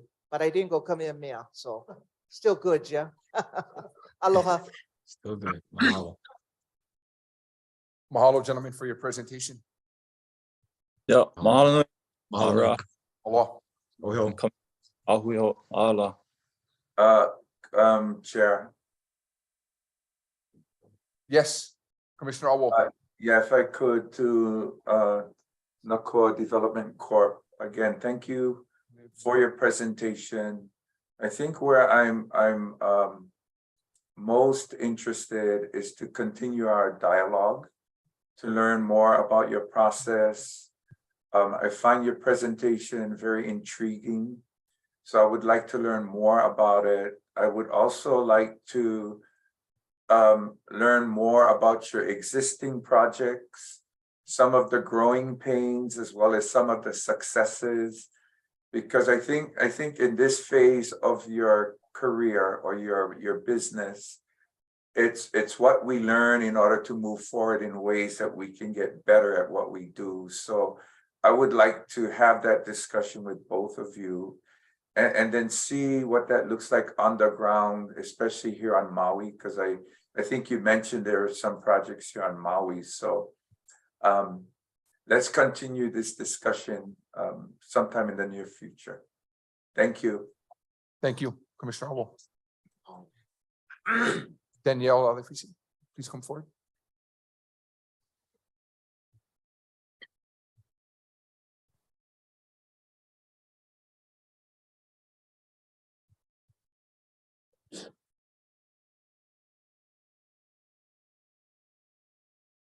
Hello, Aloha, please proceed. Commissioners, and Secretary. My name is Danielle. Alefosio, maiden last name is Akana. Here today is my father, Michael Akana, who we're trying to help with getting an application to go through to become leasee for Hawaiian Homes. And we also have my cousin Kobohi Tuasivi, who is also a beneficiary. She actually is staying at the Papakolea Homestead, and also our Uncle Tommy too as well, who's also living in Papakolea in the original home in Papakolea. So I gave you guys a brief of reason why we're here, and I wanted to have my cousin Kobohi and my Uncle Tommy to be here to kind of help you guys understand a little bit of, for them, they call him Tutu Man. He's my great grandfather. Would you like to? Aloha. So our Tutu Man was one of, I guess the original. He was a squatter actually in Papakolea before it became Homestead. So my keiki, I have 3, are 5th generation on our property. And so Akana, yeah, we are all Akana here.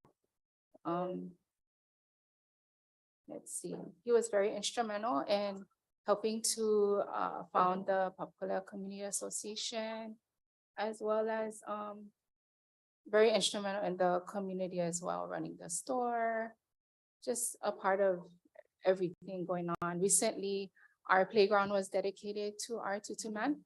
So, yeah, we were very grateful. Because back in the day, I believe we had many parcels there, but he gave back, 4 parcels to develop the park and community center that you see today. So, we're very grateful to be a part of that legacy. So our Akana Ohana has been, very blessed over the years. Uncle Tom is my mom's brother.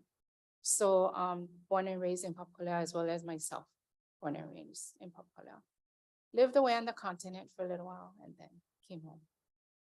So we're just here to support Anakala and our Ohana, and hopefully getting some property that maybe can help their Ohana as well. So with that being said, when we came here a few years ago, we were speaking with Hi'ile Sniffins. That was a part of the application process. And we were asked to at least find some shred of evidence on who is my dad's and my Uncle Tommy's great-grandmother, who's Genevieve Aki. We found on a birth index, and it stated one of the Akana brothers. There's Nicholas Aki Akana, there's Araneo, our tutu man, Joseph Akana, and John Akana. On that, it stated that,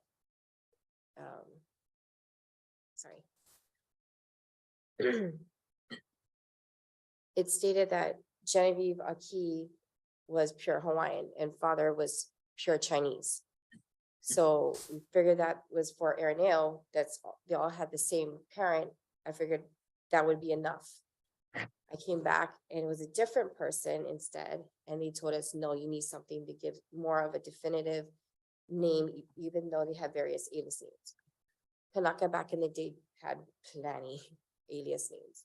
I was able to pinpoint, and her original name was actually Ponaepa. And I have it in one that was in the Hawaiian version, and then it was translated into English. And it showed her name was Genevieve Maria.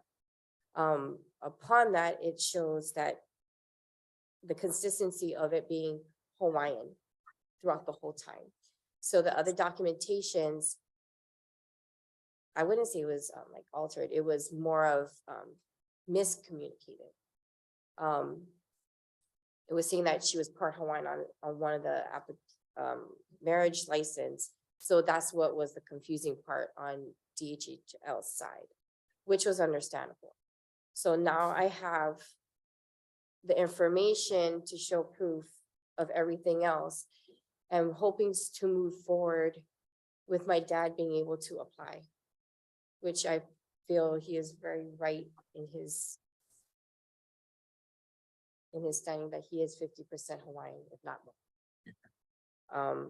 We also have a letter from Auntie Marianne, who is Uncle Nicholas Aki's youngest daughter, stating that her father did say that his mother, Genevieve Maria, Genevieve Aki Ponaepa, was pure Hawaiian. So along with my grandfather's side and my grandmother's side, doing the calculations of it, it would show proof that my dad is 50% Hawaiian, even my Uncle Tommy to be more than what he is with the blood quantum. And we would hope that in this situation, it helps out with our other Kopuna or anybody else who has a similar situation as us, having family members pass away on the wait list, not having a successor. Because as far as from when my grandpa, before he passed away, sadly in 2003, I apologize, that he was told at that time to not write down a successor until he was awarded. So that's what was making it hard for us to move forward as well, being that we also saw the letter late. They said that they couldn't reinstate my grandfather so that my father could be next of kin. So like I said earlier in the brief, public testimony was to do the next best thing to show proof that my dad is 50%.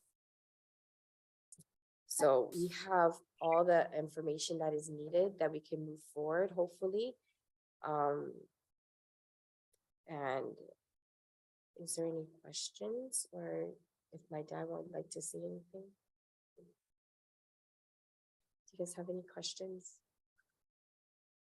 Members, any questions? Commissioner Carrillo? First of all, thank you for being here, and I know that we have, Chairman, we have staff here, and so here taking notes and what you call, and I think we can defer them to work with the staff. Is that what we want to do? Mr. Anderson, yeah? We do have staff Yeah, that here, you can and we talk to could- them about your documents and paperwork. if we and- can get the documentation to staff Yes. and we have have staff everything. review. Yes. we And, can do you that. know, and apologize that you were reaching out, if you reached out to the department and you didn't get the answers that you were, but as of today, you can sit with Nicole back there, your staff, and try to iron these questions that you have. Yeah. Yeah. Because But it took a meanwhile, while. yes, Because when we were talking to Hele, it was a lot of emails and voice messages that I left, and I didn't hear back from her for like over a year or so. And it was only when I got in touch with Nicole. And she said the best thing that we can do is do the J agenda, just to put out our testimony so that hopefully it could be heard. yeah. And so you did today, and I know Nicole is there, and she is available for you. But Sure. thank you for waiting and being here. Thank you. Thank you, Mr. Chairman. Yes, Yeah. of course. Nicole Bell, Applications Branch Supervisor, Homestead Services Division. So I think the concern, or maybe the next step that Danielle is requesting for would possibly be a contested case hearing request. There is some discrepancy with the documentation that has been presented to us that we have on file for this particular relative. So just to give you, well, first off, before I go into any more detail, do we need to discuss this in an exec session? Yes, we need to discuss if it's talking about personal details. Yes, specifically. Do we need do we need a motion to go in? Yes, you would need a motion to go on executive session. So I move that we go into executive session. Second. It's been moved and seconded.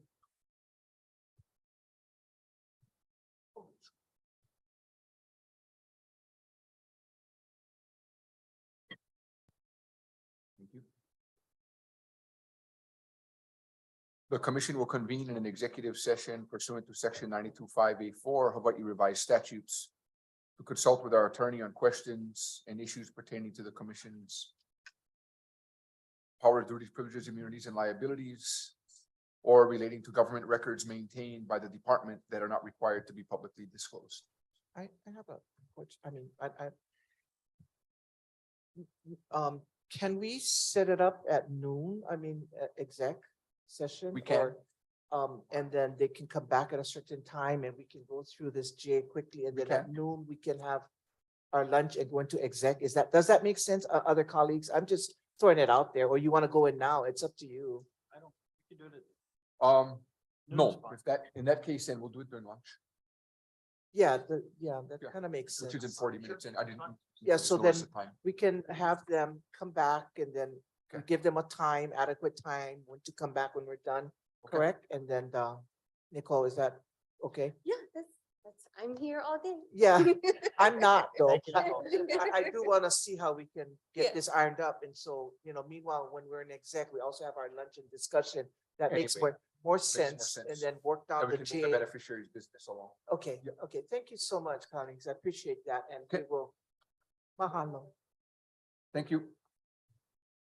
Chair, can I ask that we try to keep to the time limit, because we have quite a few, we have contested cases. We're actually timing these, Commissioner Nevis. Okay, very good. Thank So you. we're keeping a clock on the J agenda items, Thank you. 15 minutes each. Yeah, because the J is all 15 minutes. That's man. right. So, yeah, so 15. But we are minutes. timing. Yeah, positions. yeah. Gil Campbell? Kelly Kiave.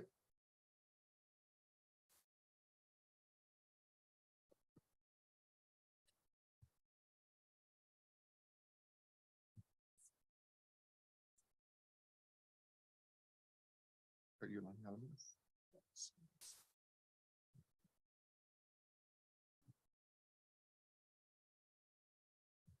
Maxine Caholilio. Okay, please connect. I'm right here. Caholilio. Aloha. Good morning. Please Aloha. proceed. I'm over here. We can hear you. Aloha. Please proceed. Aloha. Okay. As you know, my name is Maxine Caholilio, and I'm sorry about the time, but I have 10 years of sorrowful journey, and it started way back in 2011. I have a 5-acre lot. I don't have it in my name, but I am on that lot, 5 acres in Pu'ukapu, Waimea. In 2011, the Department of Hawaiian Homes decided to do a put water up to Pu'ukapu, a water line. And I hope you folks hear me, because I've been here for 10 years and nobody, believe it or not, nobody helped me. Nobody, not even the department. So what happened was, in a certain area in Pu'ukapu, going up to the pastoral lots, it's not a paved road, it's a dirt road. And when you go up to Pu'ukapu, and there's a wind change there. So Isimoto was a contractor at that time. And the department decided, okay, we're going to help the Pu'ukapu people, and we're going to put water lines in it. So, okay, that's fine. That was great news. But they didn't realize that when they do the work, the wind, the dirt, the everything only goes on one side of Pu'ukapu's, on the right side, if you're going up from where I am, lot 45. So what happened was, we had a horse. We had a horse that was given to us by Mr. and Mrs. Bray that lived on lot 4 on that dirt road. So she gave us a horse. She gave my Mo's the horse. Well, make a long story short. Anyway, they were very negligent when they were doing this pipeline and the road. They didn't realize that all the dust and the dirt and everything was going across across on the right-hand side to the pasture where there has horses, they had sheep and everything. Well, again, that was in 2011 and 12. Eventually, with all the soot and the dust and everything, not only my horse, Mike Isaac, who passed away, his horses. There's Tachera on that property, on that side. There's the Love family. There's our horses from the Bray. Mr. and Mrs. Bray lived there. Well, my horse evidently got sick from eating that all the pastures were not pastures anymore. There were soot and mud and dust. Now, Isimoto had a water truck that was supposed to be constantly going up and down the road to water. You know how when construction is, it gets dusty. But you know what? I wish I had one camera at that time taking picture. The water truck was down and she was on the phone talking, okay? Now, meantime, all the animals are really getting sick. So my horse eventually, Kalama'ia'u died, and his name was Kolohe. My horse died. So what had happened was, Mr. and Mrs. Bray had to move back to Maui. Well, anyway, the lot that I am on now, lot 45, belonged to a Sam Kalanahele at that time. So I have a letter here because I had no place to take my horse. It was getting sick. I had no place, like I said, nobody, because I'm not a rancher at that time. So the horse was given to me, like I said, by the Bray family. They had to move. So I had to take my horses out. So what happened? Auntie Irene, who also passed away, I can go on and on, but I know I don't have any more time. Eventually, George Hall was on that property because Auntie Irene passed away and Uncle Sam passed away. So George took over the teepee, and we used to go in that pasture and take care of Auntie Irene's pee and all, fixed fence, me and my Connie and everything. Well, when this all happened, when my horse got very sick, I occupied that place because I had no place to go. So what I did was I asked George, can I put my horse in? He said, sure, Auntie Mac, you don't own the property. I guess we're going to give it back to the Department of Hawaiian Homes, but go ahead. And I said, okay, thank you so much. So I did. I moved my horses in there. And Kolohi was, like I said, was getting sick. So what I did was, I didn't actually know what to do. So I have a folder that it's about this thick. In 2013, I called Joby Masakatani. In fact, I have a letter here that was signed by Elaine Cyril. She was the secretary for the commissioners at that time. April 23, 2013, I went to Kapolei and I took testimony, my testimony. And at that time, the commissioners was at that time, the CEO was Joby, and all the commissioners was Kama Hopkins, Lemanti Demanti, Joe Tasso, who passed away. I flew to Kapolei to hear my plea because Department of the Hawaiian Homes were very negligent on what they were doing to the animals in Pu'ukapu. All right, so I did go, I took my testimonies. Meantime, Jim Pupat had threatened me to get off that property. Get off the property. I said, where are you going? You guys killed my horse. You folks killing my horse. Anyway, I went to testify April 23, 2013. I pleaded with the department to let me stay there because I had no place to go. I called all the people, the commissioners, to help me and come, Lemana, come with Auntie. We go see the road. I told them, come, look what's happening. They're not doing what they're supposed to do.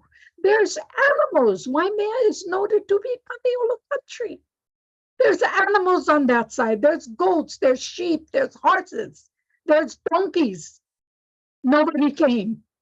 Hama Hopkins, Dimante. Even I called Oha, Robert Lindsay. Nobody came. I called Malama Solomon for help me. She was a senator there for our district, and she never came. Nobody came.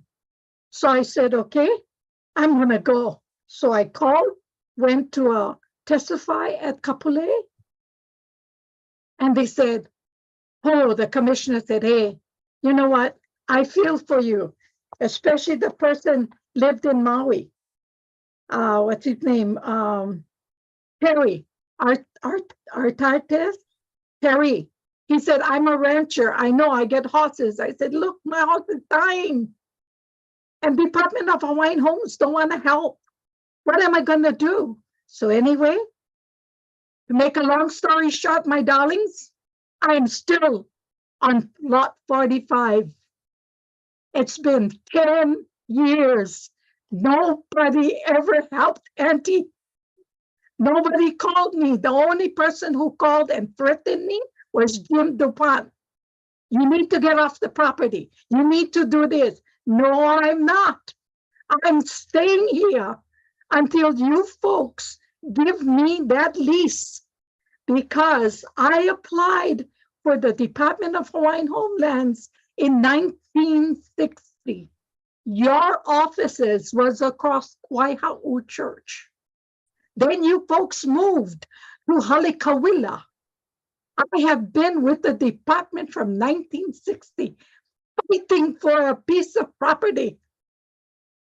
So in 1960, I applied, and his name was Henry Lee. In 1960, across of Waihau Church, that was your first office. In 1986, I have my first letter saying that, oh, we're going to consider your application. 6 years, then I get a letter from Bill Among. Oh, we're considering. Bill Among, who is gone already. The part is, all these years, I've been fighting and asking, and nobody says anything. Nobody calls. Nobody sends. The only letter I have is a threatening letter. So what happens? I stay on the property. The property was filled out. So molepo. Me and my mo'opuna, my kani, we clean the tires, everything beautiful today.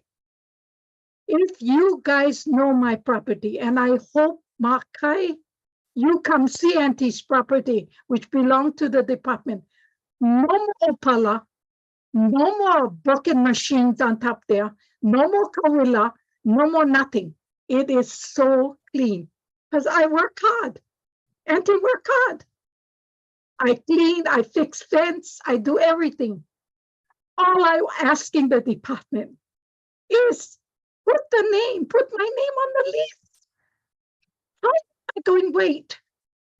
1986, my application went in for agriculture. It's 5 acres.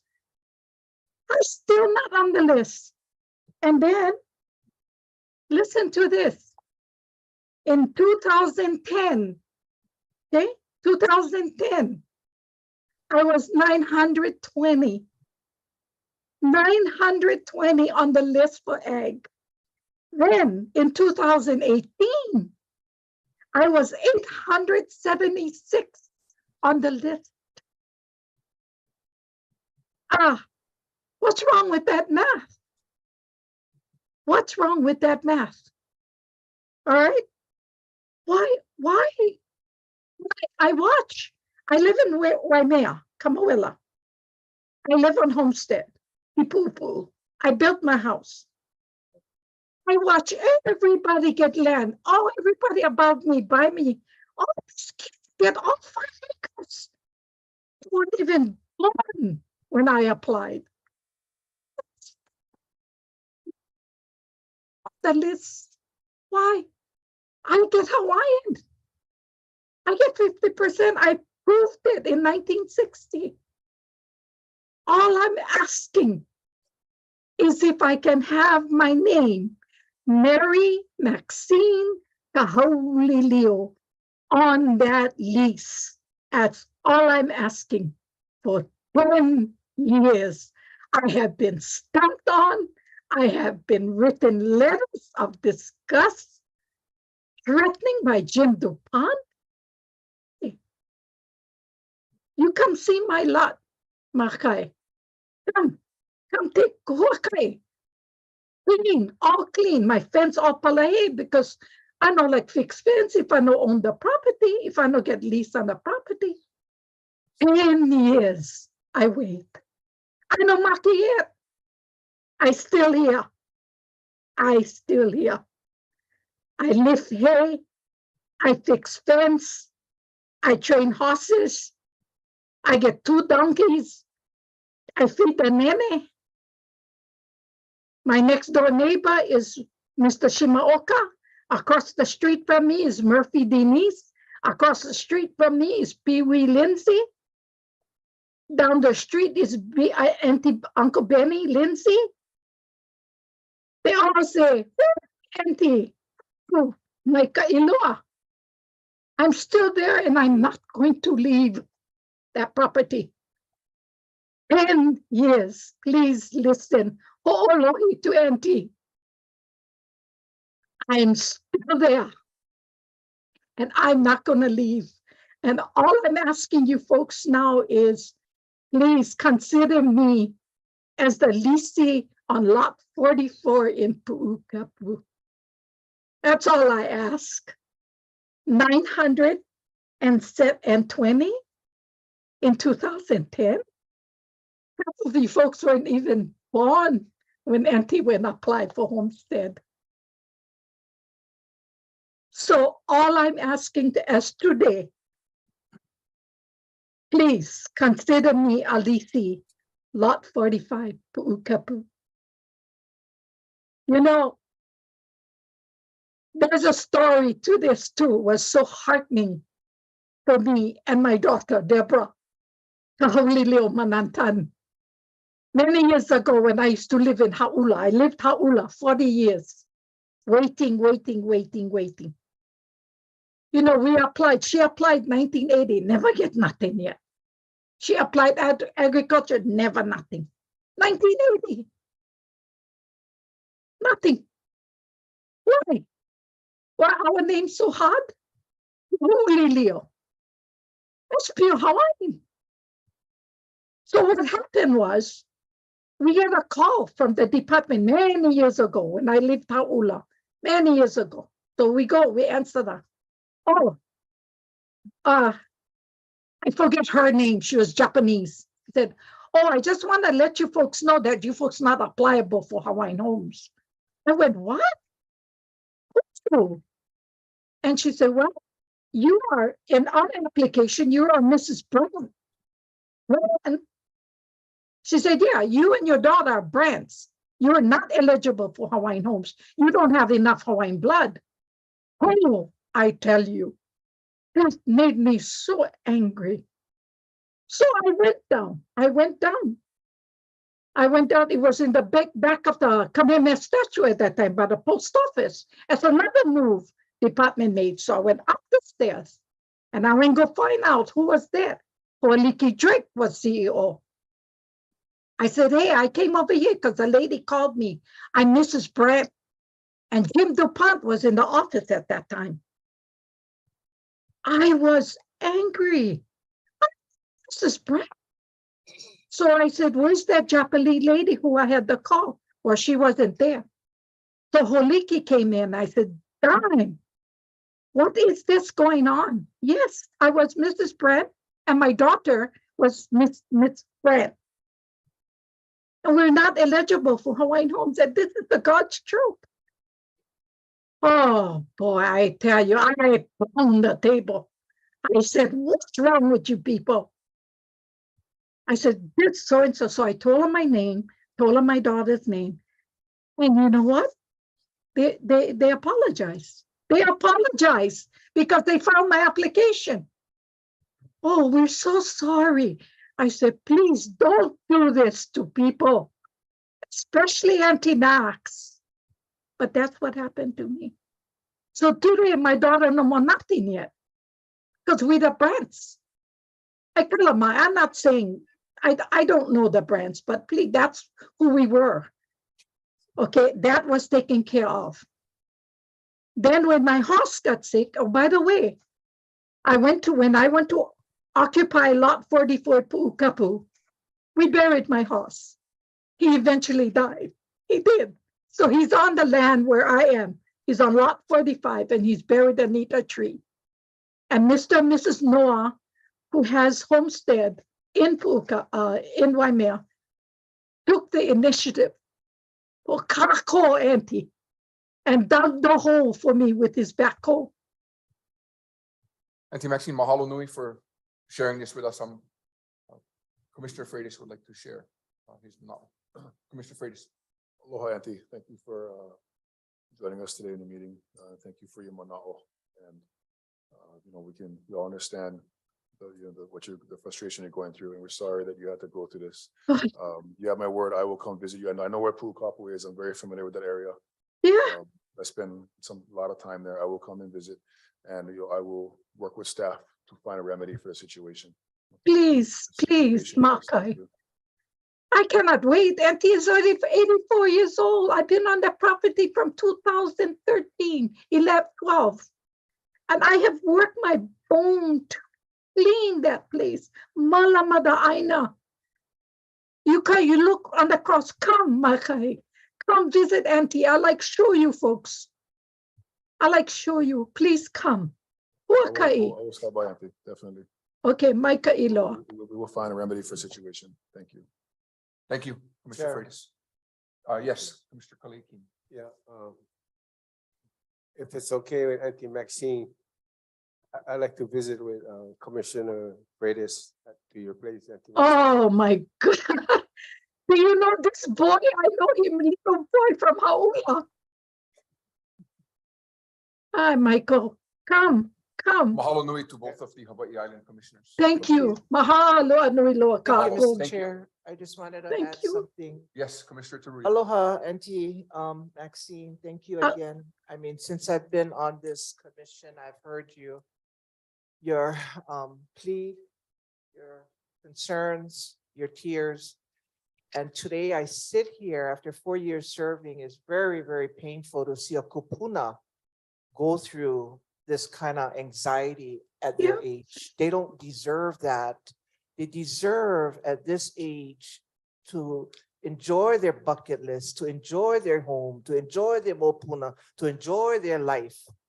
So I'm really saddened and deepened to hear this again, Auntie Maxine, from you.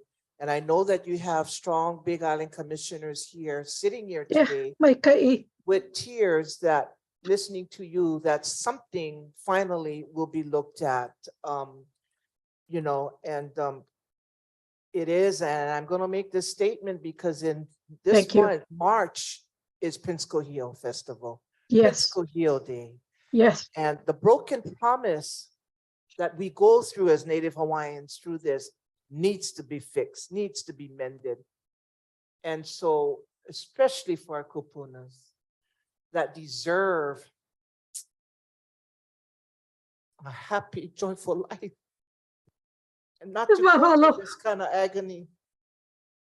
So I pray for you, and we look forward to mitigating this, and you live well with peace. Aloha kia kua. Aloha. Thank you, Auntie. Mahalo. Mahalo nui. Mahalo, everybody. Mahalo. Aloha, Auntie. Ahui ho. Aloha no. Ahui ho.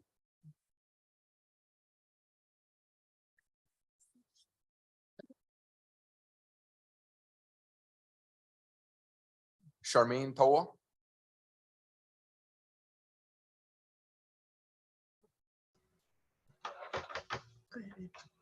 Aloha.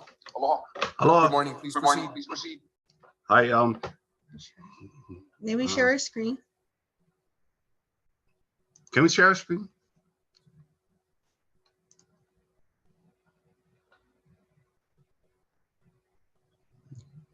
No.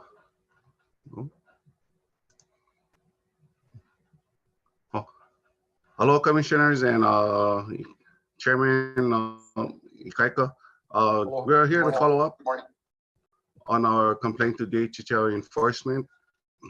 We recently filed an initial complaint to DHHL enforcement on January 3rd, 2023 for neighbors trespassing onto our property, vandalizing and burglarizing our home.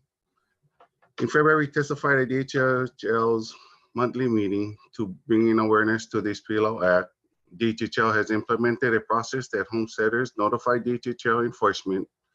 Investigation can be done and hopefully actions will be taken so Hawaiians can live in a safe and happy neighborhood. So the handbook states. We are here because a neighbor has taken the liberty of violating our civil rights by consistently coming onto our property in the middle of the night, 2 to 4 a.m. in the morning.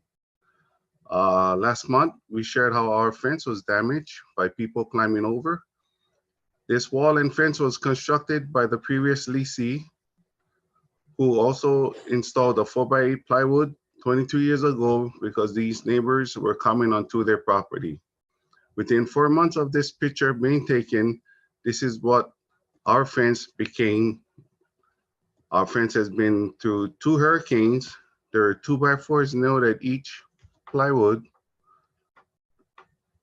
to keep the ends secured to one another, which are pried off. 2 poles are ripped off completely, not just bent over, but as if you were to bend it back and forth, making the poles tear completely at the base. We have installed surveillance camera on our home, and just so happened, this happened when there was a blackout. Since we filed our complaint in January 3rd, we haven't received any contact from enforcement. So we are taking the time to remind DHHL of their responsibility to homesteaders in keeping our ohana safe so us Hawaiians can prosper.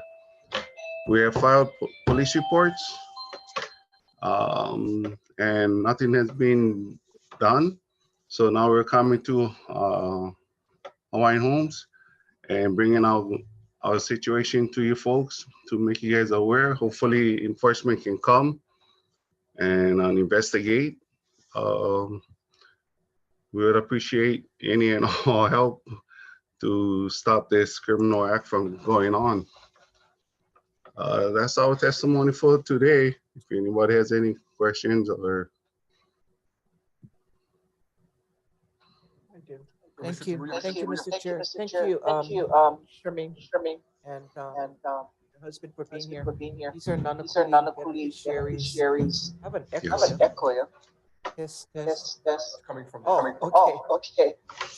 So this has been to this commission since 20, when did you bring it up? 2020, correct? 20, I presented this to the commission in 2021. 2020, all these various allegations and just problems in that homestead. I know for a fact because they also came to our non-accruing neighborhood board, they went to the senator, they went to the council, they went to HPD. I'm not sure if you went FBI. Yes. This has been an ongoing situation, Mr. Chairman, and so I don't have the answers. I'm not sure what to do, where we can go, or how do we address this. But I did want to acknowledge, my homesteaders from non-accruing and not ignore them today. Thank you. So if I can get, we can provide them some kind of answers or remedy before they leave. What we don't want to do is just have the beneficiaries come up on the J agenda or attend meetings, and then we just listen and then we move forward. I think it's so unfair. Appreciate it. So I'm asking colleagues or input that we can provide to the beneficiaries on this ongoing problem since 2020. Thank you. Mahalo. Chair, for some reason I'm getting a lot of echo. I'm not sure why.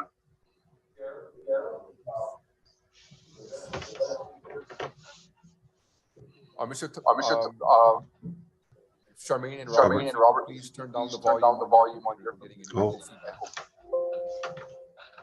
How's that? Is that better? That is much better. Thank you. Yeah. Commissioner, I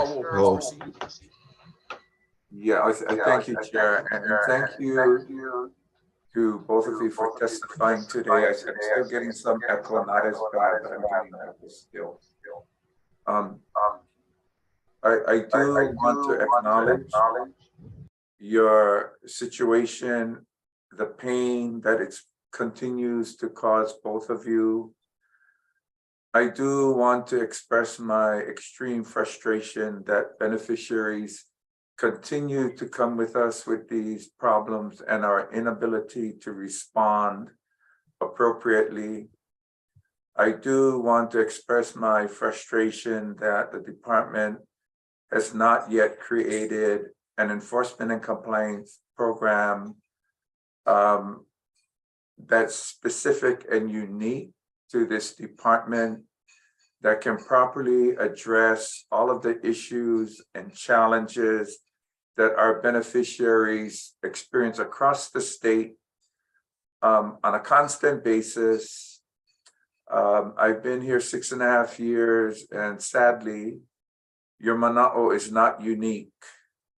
I've heard this from Kauai to Big Island, Maui, and everything in between. That said, we are left at the mercy of what we don't have. And we're so far behind the 8 ball on our capacity to respond. I'm struggling to find an effective answer for you today as you continue to deal with this crisis. It's extremely disturbing to me each time I hear these stories and not having an effective response for you. I will acknowledge that the police can support us in this effort, but the police do not have the capacity to address everything that must be properly addressed at the department level to help you mitigate this situation. So, I wish I had more for you today. I think other than what I have to say to you, I would like the department to look at this issue in spite of what we don't have, to look at this issue and give it your serious consideration to address this ongoing concern and complaint that continues to come before us, where doing nothing is not acceptable. So I would like to know from the department, what are the first steps forward that can help this family address this situation? Thank you. That's all I have to say. Thank you. Thank you, Mr.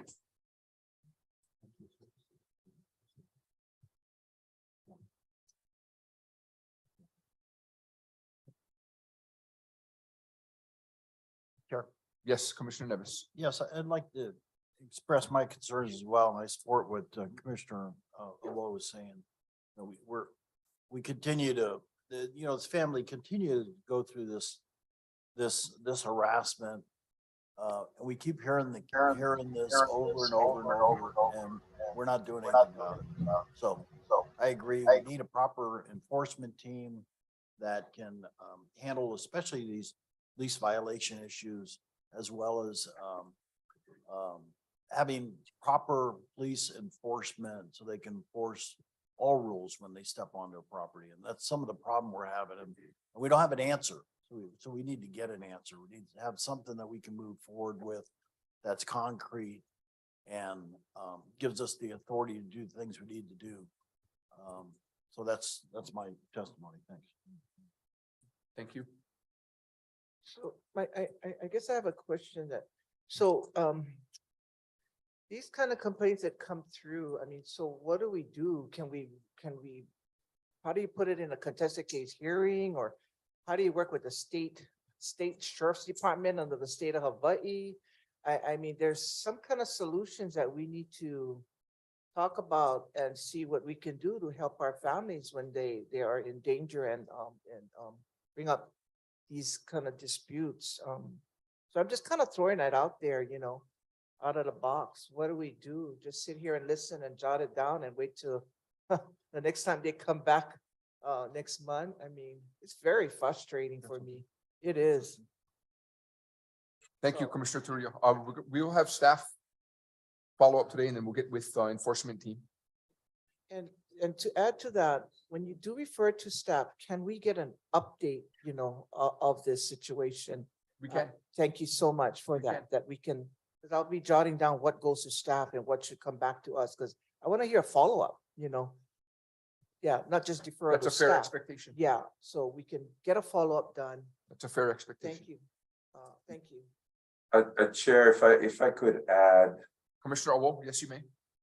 this may warrant another PIG to sit down with commissioners to collaborate on whatever path forward is available to the department, because in spite of the limitations, what we have not done is we have not had a discussion about commission to staff, to other law enforcement agencies, on what is required to even consider having an effective partnership. And so we need to begin those discussions. And if they say no to us for whatever reason, at least we will know what those reasons are. If they say to us, well, these are the challenges we face, as a result, these are the expectations we have on the department in order to move forward, at least we know what that is. So anyway, that is my suggestion. We cannot continue to fail our families and have them come before us crying for help, feeling as if the dangers they face on a daily basis continues to occur and grow. So anyway, that's my suggestion. Thank you. Just one more comment. Commissioner Nevis, yes. I think it'd be important as well is to look at the actual lease agreement as the lesser, what's the lessor's responsibility for quiet enjoyment and all these violations. What, you know, in a fee simple world, there is a responsibility from the person that actually sells you the home. So since this is a lease situation under the trust, what is the responsibility? I think we need to look through the entire lease agreement and see where the responsibility lies as to some of these items that we're discussing now. So I'd like to see that as part of that PIG, to look through that if we do set up a PIG. Thank you. Thank you. Members, any? Yeah, Further I questions? just want to comment on Mr. Awol's recommendation, and I'd like to support that. I think it's important that a PIG be formed so we can discuss with other entities and bring them together to see where we can move forward with this department on public safety and all of our homestead areas. This is really important. It's much more important than a PIG than Gemotero. But this should be right away, public safety first for beneficiaries. So I'd like that to move forward and have dialogue with other public safety departments to finally get our beneficiaries to live safe. So thank you, Mr. Wu. Thank you, Chair. Thank you. Commissioner Freitas. Yeah, I agree with Commissioners Turia, Neves, and Awol. This is a priority for us, and it is of the utmost importance. Stability for our beneficiaries to raise their families in a safe, conducive environment is key for the rehabilitation and for people to perpetuate our culture and to grow. And the fact that that there's beneficiaries out there who don't live in a safe, conducive environment is very alarming. And we hear the same thing every month.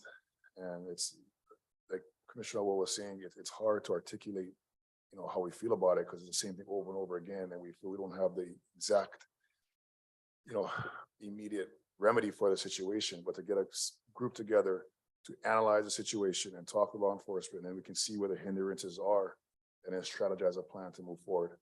But I think this is something that's of utmost importance. Thank you. Thank you. Members, anything further at this point? Thank you very much. Thank you very much. Mahalo, Commission.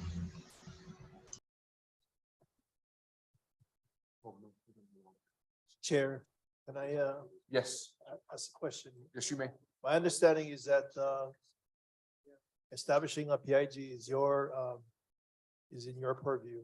And so we just had a request from commissioners and support for that request too. create a PIG. Is that something that you are taking under consideration or? Yes, it is. Okay.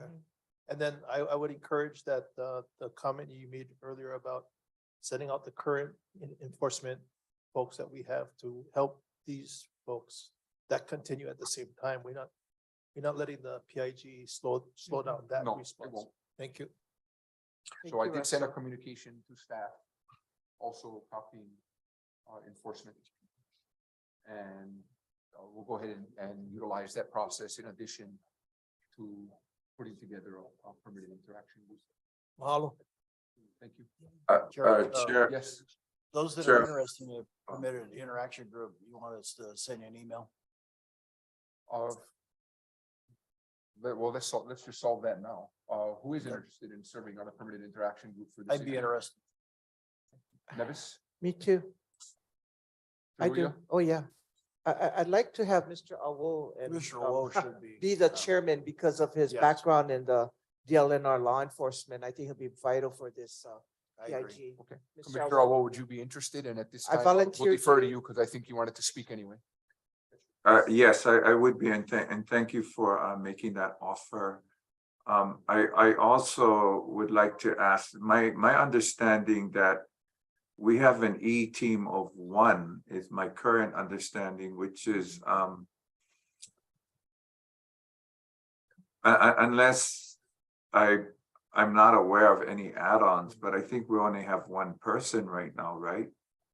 Yeah. If there's 4 slots open, I'd like to be a part of this process too.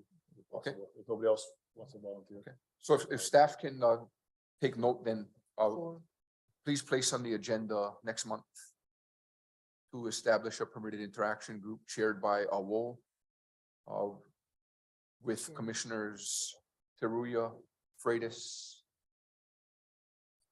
Nevis. You can have 4, that's less quorum. We can have 4. We can't afford it. Yeah, 4, And- because that's not quorum. 1, 2, Nevis We can. Yes. and Awo. That's 4. Yeah. Very good. That's 4. So we'll place it on the agenda for next month. Thank you. Commissioner Awo, you still have the floor. Yeah, no, that's all I had. I'm also, as I mentioned earlier, and I guess the point I'm trying to make is if that we just have one E team member. I just want the public as well as the commissioners to be aware of that reality as well. So that's all I have. Thank you. Chair, Thank you. Chair, Commissioner Helm, yes. can you please elaborate what this is about? Because I just got on board.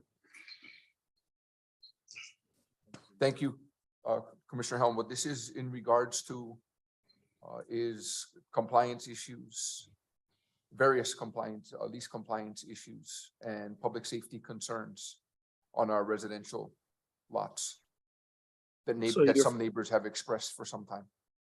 Okay, so you're forming a PIG for this We're gonna- issue.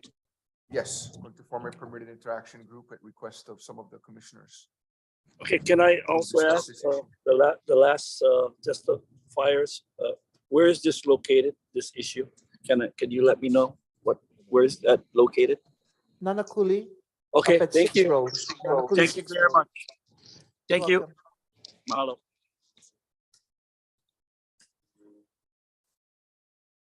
Members, anything further? Yeah, I wanted to ask you, Mr. since we're Chair. on this, Yes, Commissioner Um, Teruya. is any vacancies in the department is to hire more enforcement individuals? Yes, Oh, so you have an opening, it's posted? we have Um, some openings that are posted. Oh, Sometime back, we actually did hire someone and he lasted for even a week. before how he many decided the job wasn't for vacancies him. do you have on At that? least 3, 3 at vacancies? least At least 3. 3. Okay, so nobody stepped up yet. It's still open. Okay, Yes, all right, thank you. Mr. Chair. Oh, yes, Commissioner Namuo. hi, I just want to recommend to the PIG that was just formed that while we're waiting for the official thing to happen next month, that the chair can ask for a detailed report on where all the personnel matters are, so that the PIG can have that information. Because you need to look into where all of those positions are to be filled. And the PIG can also actually help to move that along, but they won't be able to do it if they don't have the information from the staff. So the staff can start working on that now. The vacancy rate and what the status is on all of the status is on filling all the vacancies. And they can target the ones they want to move forward. That's just my suggestion. Thank you.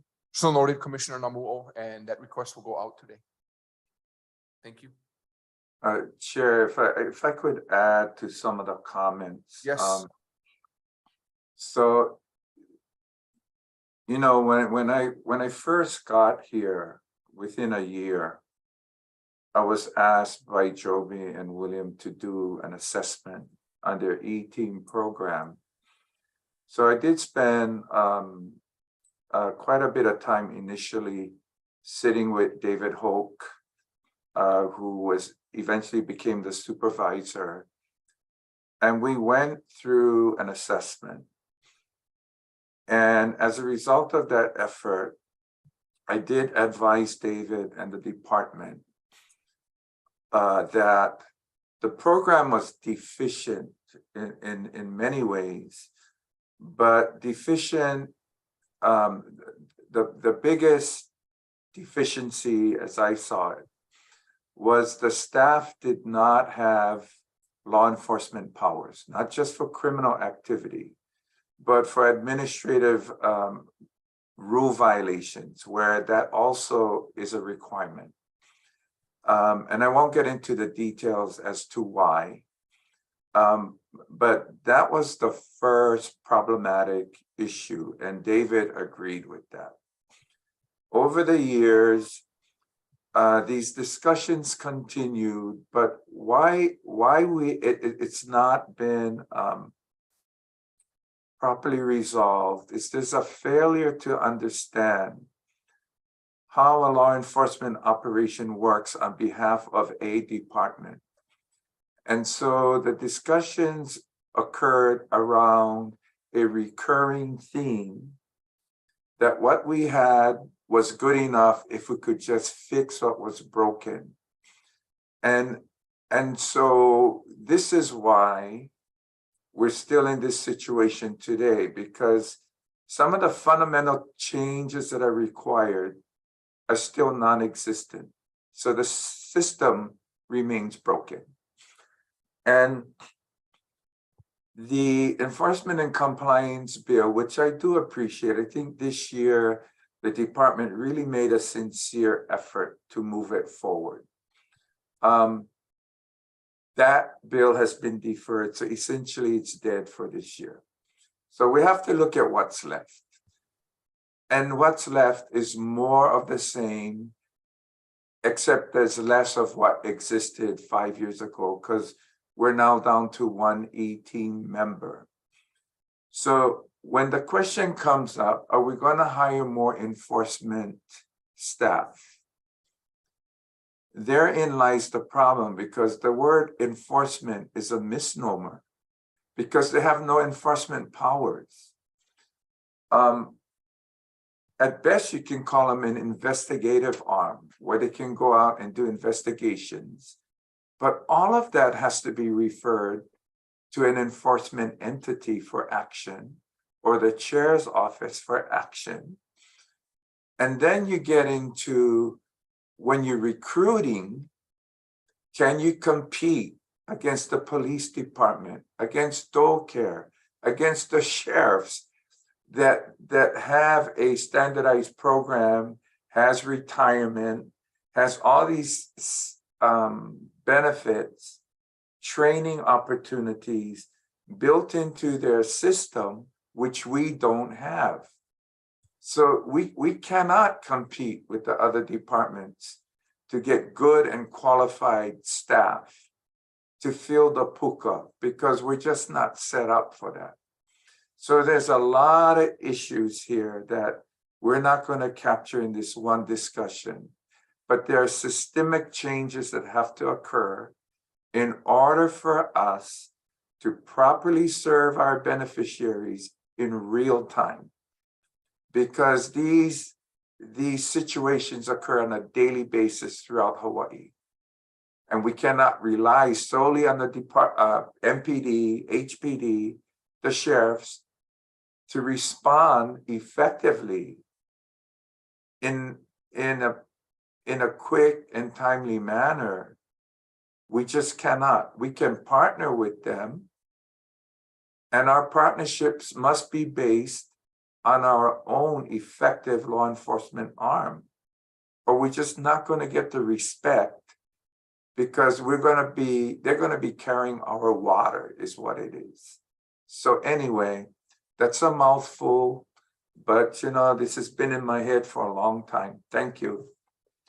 Thank you. Chair. Members, anything further on this item? Question, I have a question. Yes, Commissioner Moore.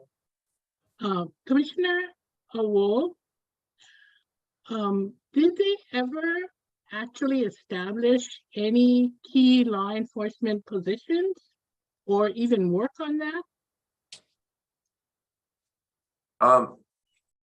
The answer is no, but the help came from our communities with Blossom Fatera twice drafting up a bill to create an enforcement and compliance unit within the department.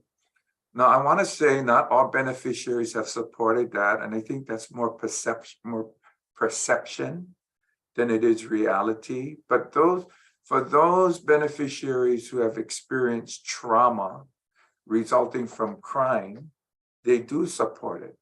And so there has been no law enforcement positions embedded in the department because we don't have that authority. That authority has to come by way of a statute that has to be approved by the legislature. And so in order to start somewhere, the enforcement and compliance bill was structured similar to what DoCare has in statute.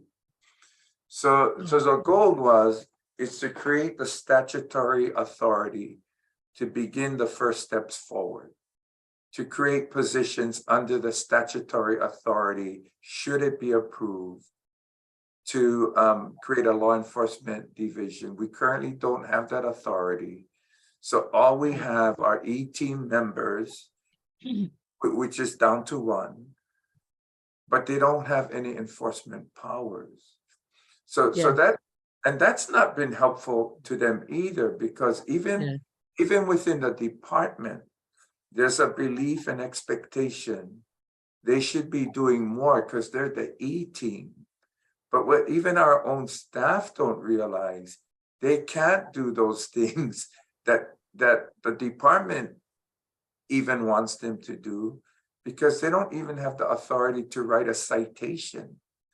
So this is why they need help, and we must change. Yeah, So, I think using the current law enforcement team job descriptions to help the current situation is, I think, how we can do it now. But simultaneously pushing through for the law enforcement team in the legislature, you can do it together. But I think it's going to, because it's a really long process to get law enforcement powers. You have to go to the legislature, you have to write everything up, you have to get the unions and the county approvals. So it takes a long time. And I am frustrated, as all the commissioners are, in sitting through the meetings and getting all of these complaints.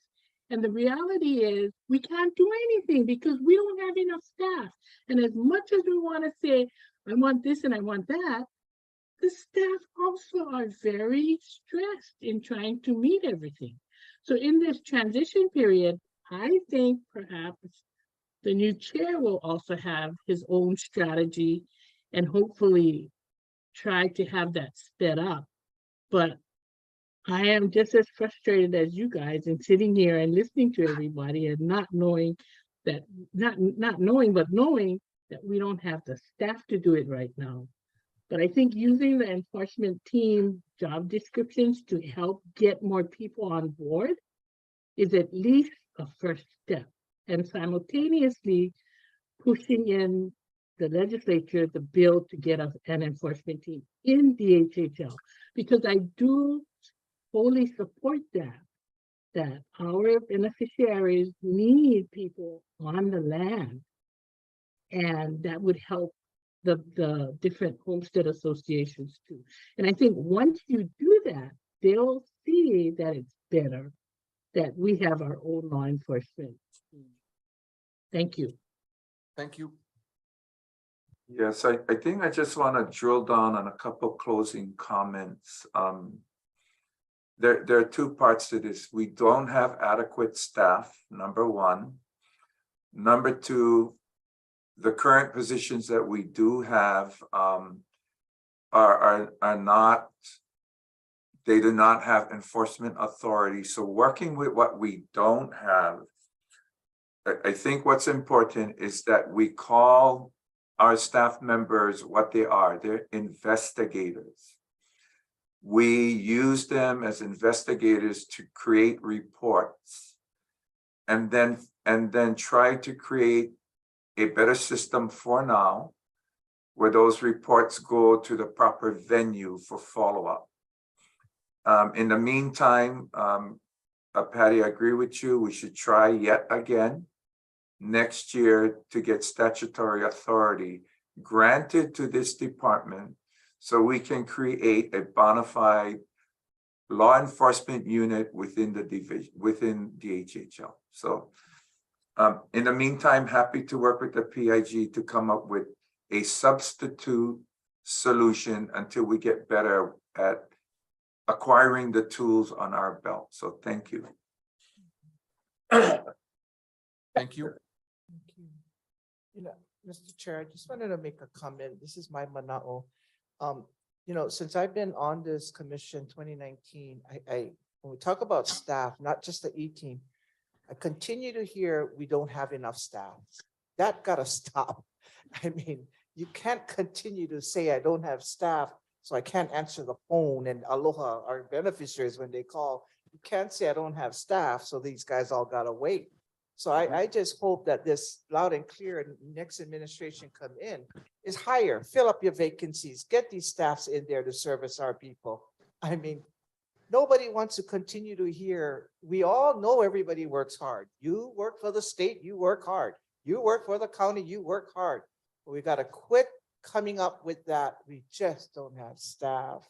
Kalamai, you know, and so that's my, I share that. Establish a job fair to get the word out that Exactly. we're hiring. That We is- need we to want hire, we need to fill up Yep. with people who are qualified, that are, want to work here, want to have the spirit of aloha when they call. 3 rings, answer the phone. And that's what these beneficiaries, before I became a commissioner, I was a beneficiary and it took me almost 2 days to get somebody, 3 weeks to get attention. So I know the pain that my beneficiaries and people go through. So we need to change this. 2023, new sheriff in town, let's move forward. Let's get this service. Let's get these people. And I share that with spirit of aloha. Mahalo. Thank you. Members, anything further? Nope. Okay. We'll work on that. Thank you. Thank you. Okay, members, we'll move to executive session. May I have a motion, please? Chair, Yes, Commissioner Koku. I may have not mentioned, but I have a legal question I want to address to council on item J9, which was at the max Kaholilio. That Okay. situation. So I'm not sure if I needed to mention that in open session so that we could talk about it in private, but that's what I'm doing now. Okay. Thank Thank you. So Deputy AG, can we speak to the J agenda items in executive session? Yes, you can. Thank you very much. So I'll move, Chair, to into executive. A second. Okay, it's been moved and seconded. Commission will convene an executive session pursuant to section 92.5(a)(4) HRS to consult with its attorney on questions and issues pertaining to commission's powers, duties, privileges, immunities, and liabilities, and relating to government records maintained by the Department of Hawaiian Homelands that are not required to be publicly disclosed. Thank you. We are in executive session.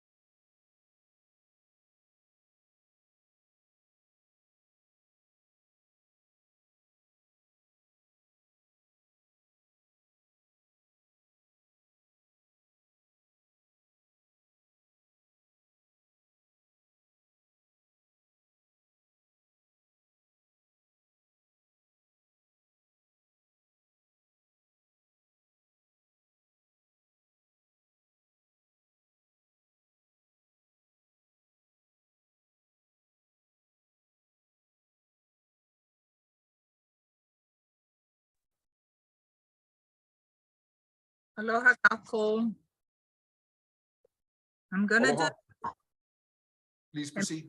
Ahe mele aloha nuna kupuna ika au ihala. Aloha mai kako. Aloha, my name is Cindy Freitas. I am a Kanaka Maoli prior to 1776, of the inhabitants of the indigenous people of our land. I am also a culture practitioner. I reside on the Big Island in Kailo Kona side. And my thing is about the next app. Next app, on March 15, 2022, you guys had a meeting on next app. The same year, 2022, we had a consultation about next app. And I opposed next app for many of reasons. In October 2022, F2, the right of entry. When I came on to testify and oppose that, I was told in the chat box it was taken off. So I never had an opportunity to voice my concerns again. It was taken away from me. And that was line item F2 on the October agenda. And again, I'm here to oppose next app. My understanding, when they first came on the consultation that you guys have given us, it's supposed to have been located at Honoka Harbor, adjacent that property, which is 7348-2-:02, tax key number. Well, when that went out the window, you guys moved in down 3 miles down the road on another 200 acre, which is a tax key 3-7-3-010:007, another 200 acres. And I'm still gonna oppose next app for the following reason. The last couple of years, you guys communicated with next app and us for solar farms. Yeah, solar farm is okay in somewhat way, but not when we have a long list of beneficiaries such as I, waiting 40 years, waiting for ag land. I haven't got to my ag land. But however, you guys did give me a lease in 2005 with no house and no land attached to it, but I have an empty lease. I'm still waiting. Next up today, in the last 3 years, I would say, you guys had back and forth meetings with them and all this good stuff.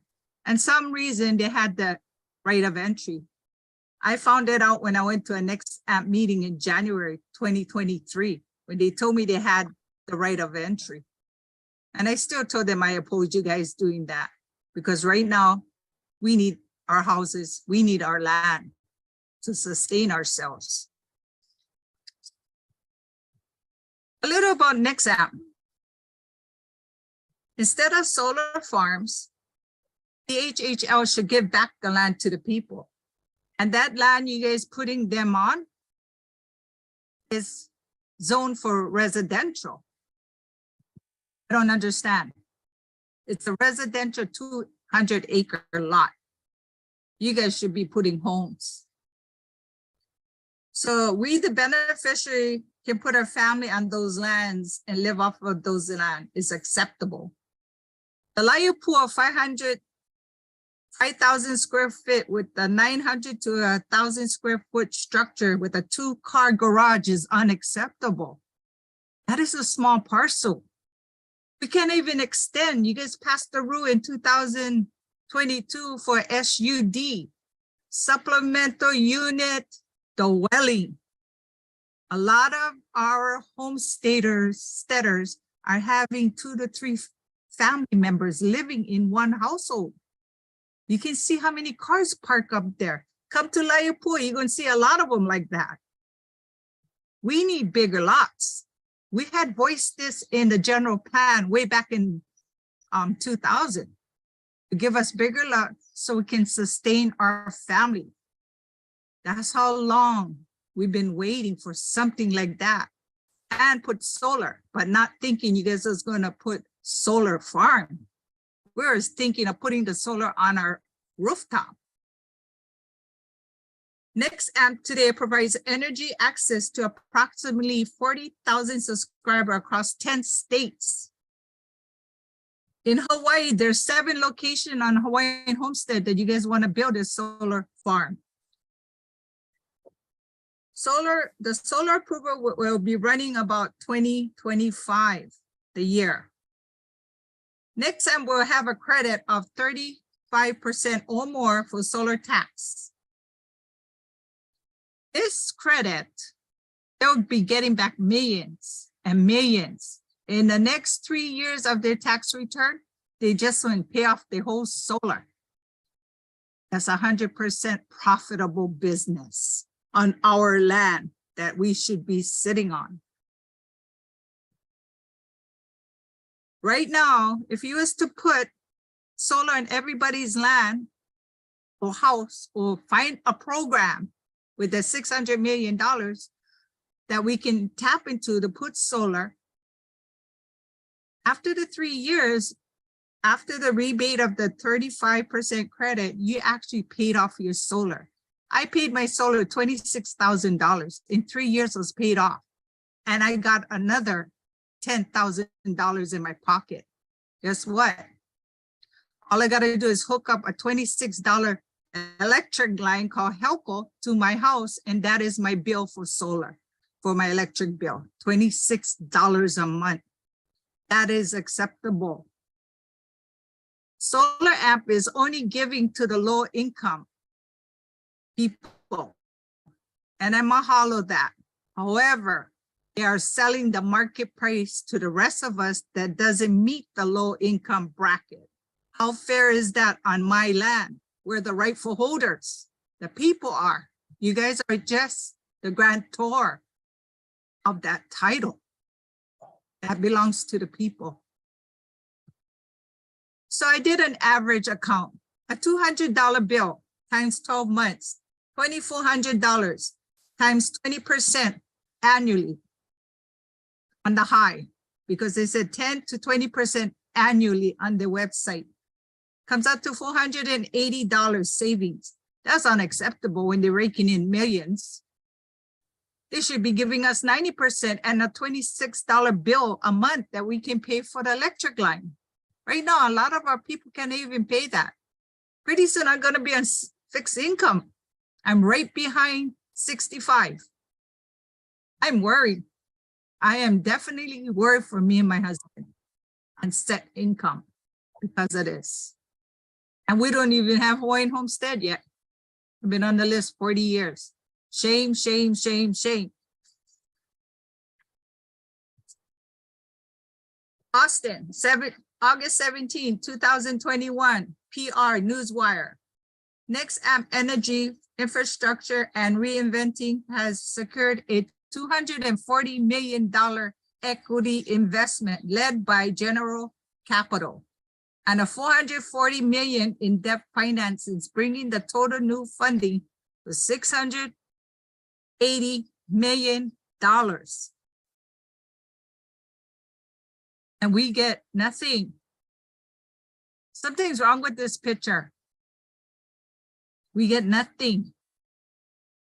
We're gonna be paying the market price. They say it's gonna be lower than Helco. They can't even tell me the numbers. I have to figure it out myself to figure out how much will be a $200 a month bill that most people pay on the average and not or more.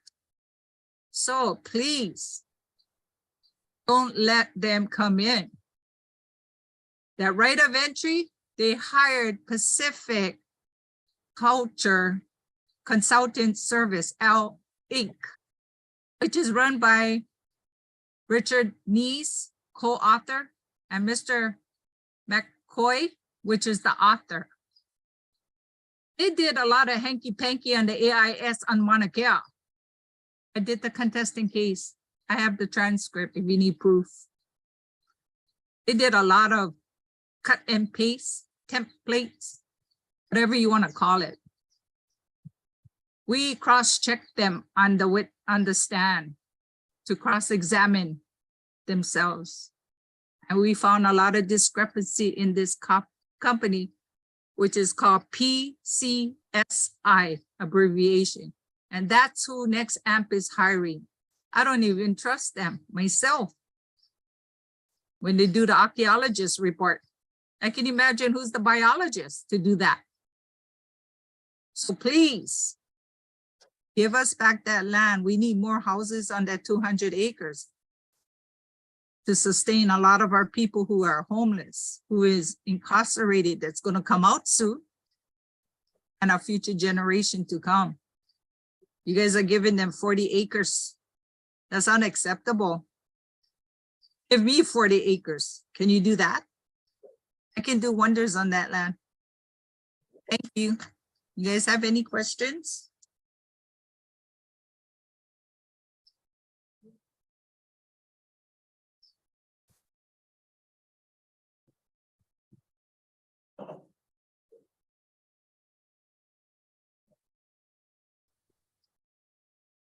Members, any questions?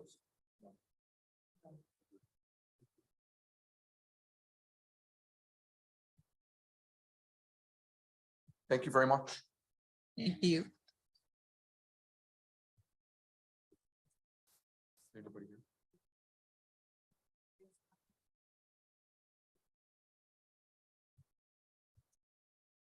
Balia Greeny, last call. Oh, Gil Campbell.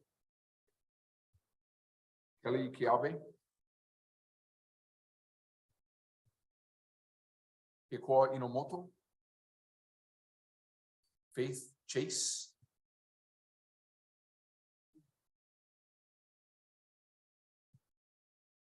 Anybody else?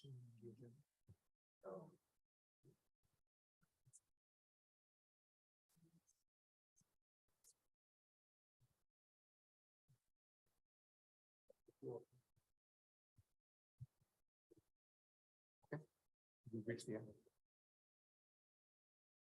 The agenda. Sorry.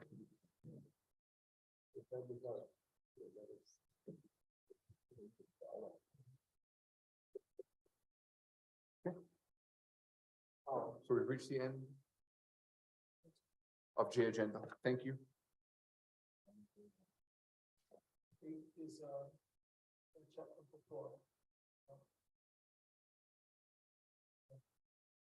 We've reached the end of J agenda. Thank you. We're in announcements. So next Hawaiian Homes Commission meeting, April 17th and 18th. Fulana Oiwi Halau, 600 Mauna Loa Highway in Kalamaula. The next DHHL community meeting, 6:30 p.m. April 17th at the same location. Members, any announcements before adjournment? None? Oh, wait, just one. Yes, please. Thank Go you, ahead. Mr. Chair. Saturday, March 25th, this Saturday, Nanakuli Village Center. We have our 4th annual Prince Kuhio celebration at 4 to 9. We invite everyone to come out, enjoy Nanakuli sunset and great music, entertainment, halaus. We're honored to have our Senator Donovan De La Cruz to join us and other wonderful elected officials. So mahalo. And also for Saturday, the 25th, under the leadership of CNHA, they have the Kapolei Prince Kuhio Parade, Holaulea at the Kamakana Ali'i from 4 to 9 too. So great festivities honoring our Prince Kuhio on the month of March. Mahalo, Mr. Chair. Thank you. Commissioner Kalekini, announcements. Yeah, basically, I know Leah probably gonna remind us, but next week, Tuesday and Wednesday, we got meeting Kalawa on the Big Island.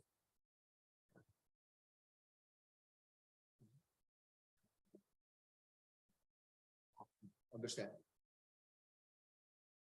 Members, any further announcements before we adjourn? May I get a motion, please? Motion to adjourn. Thank you, Mr. Nevis. Second, thank you, Mr. Kalekini. There being no objections, we are adjourned. We have fantastic case. We do. So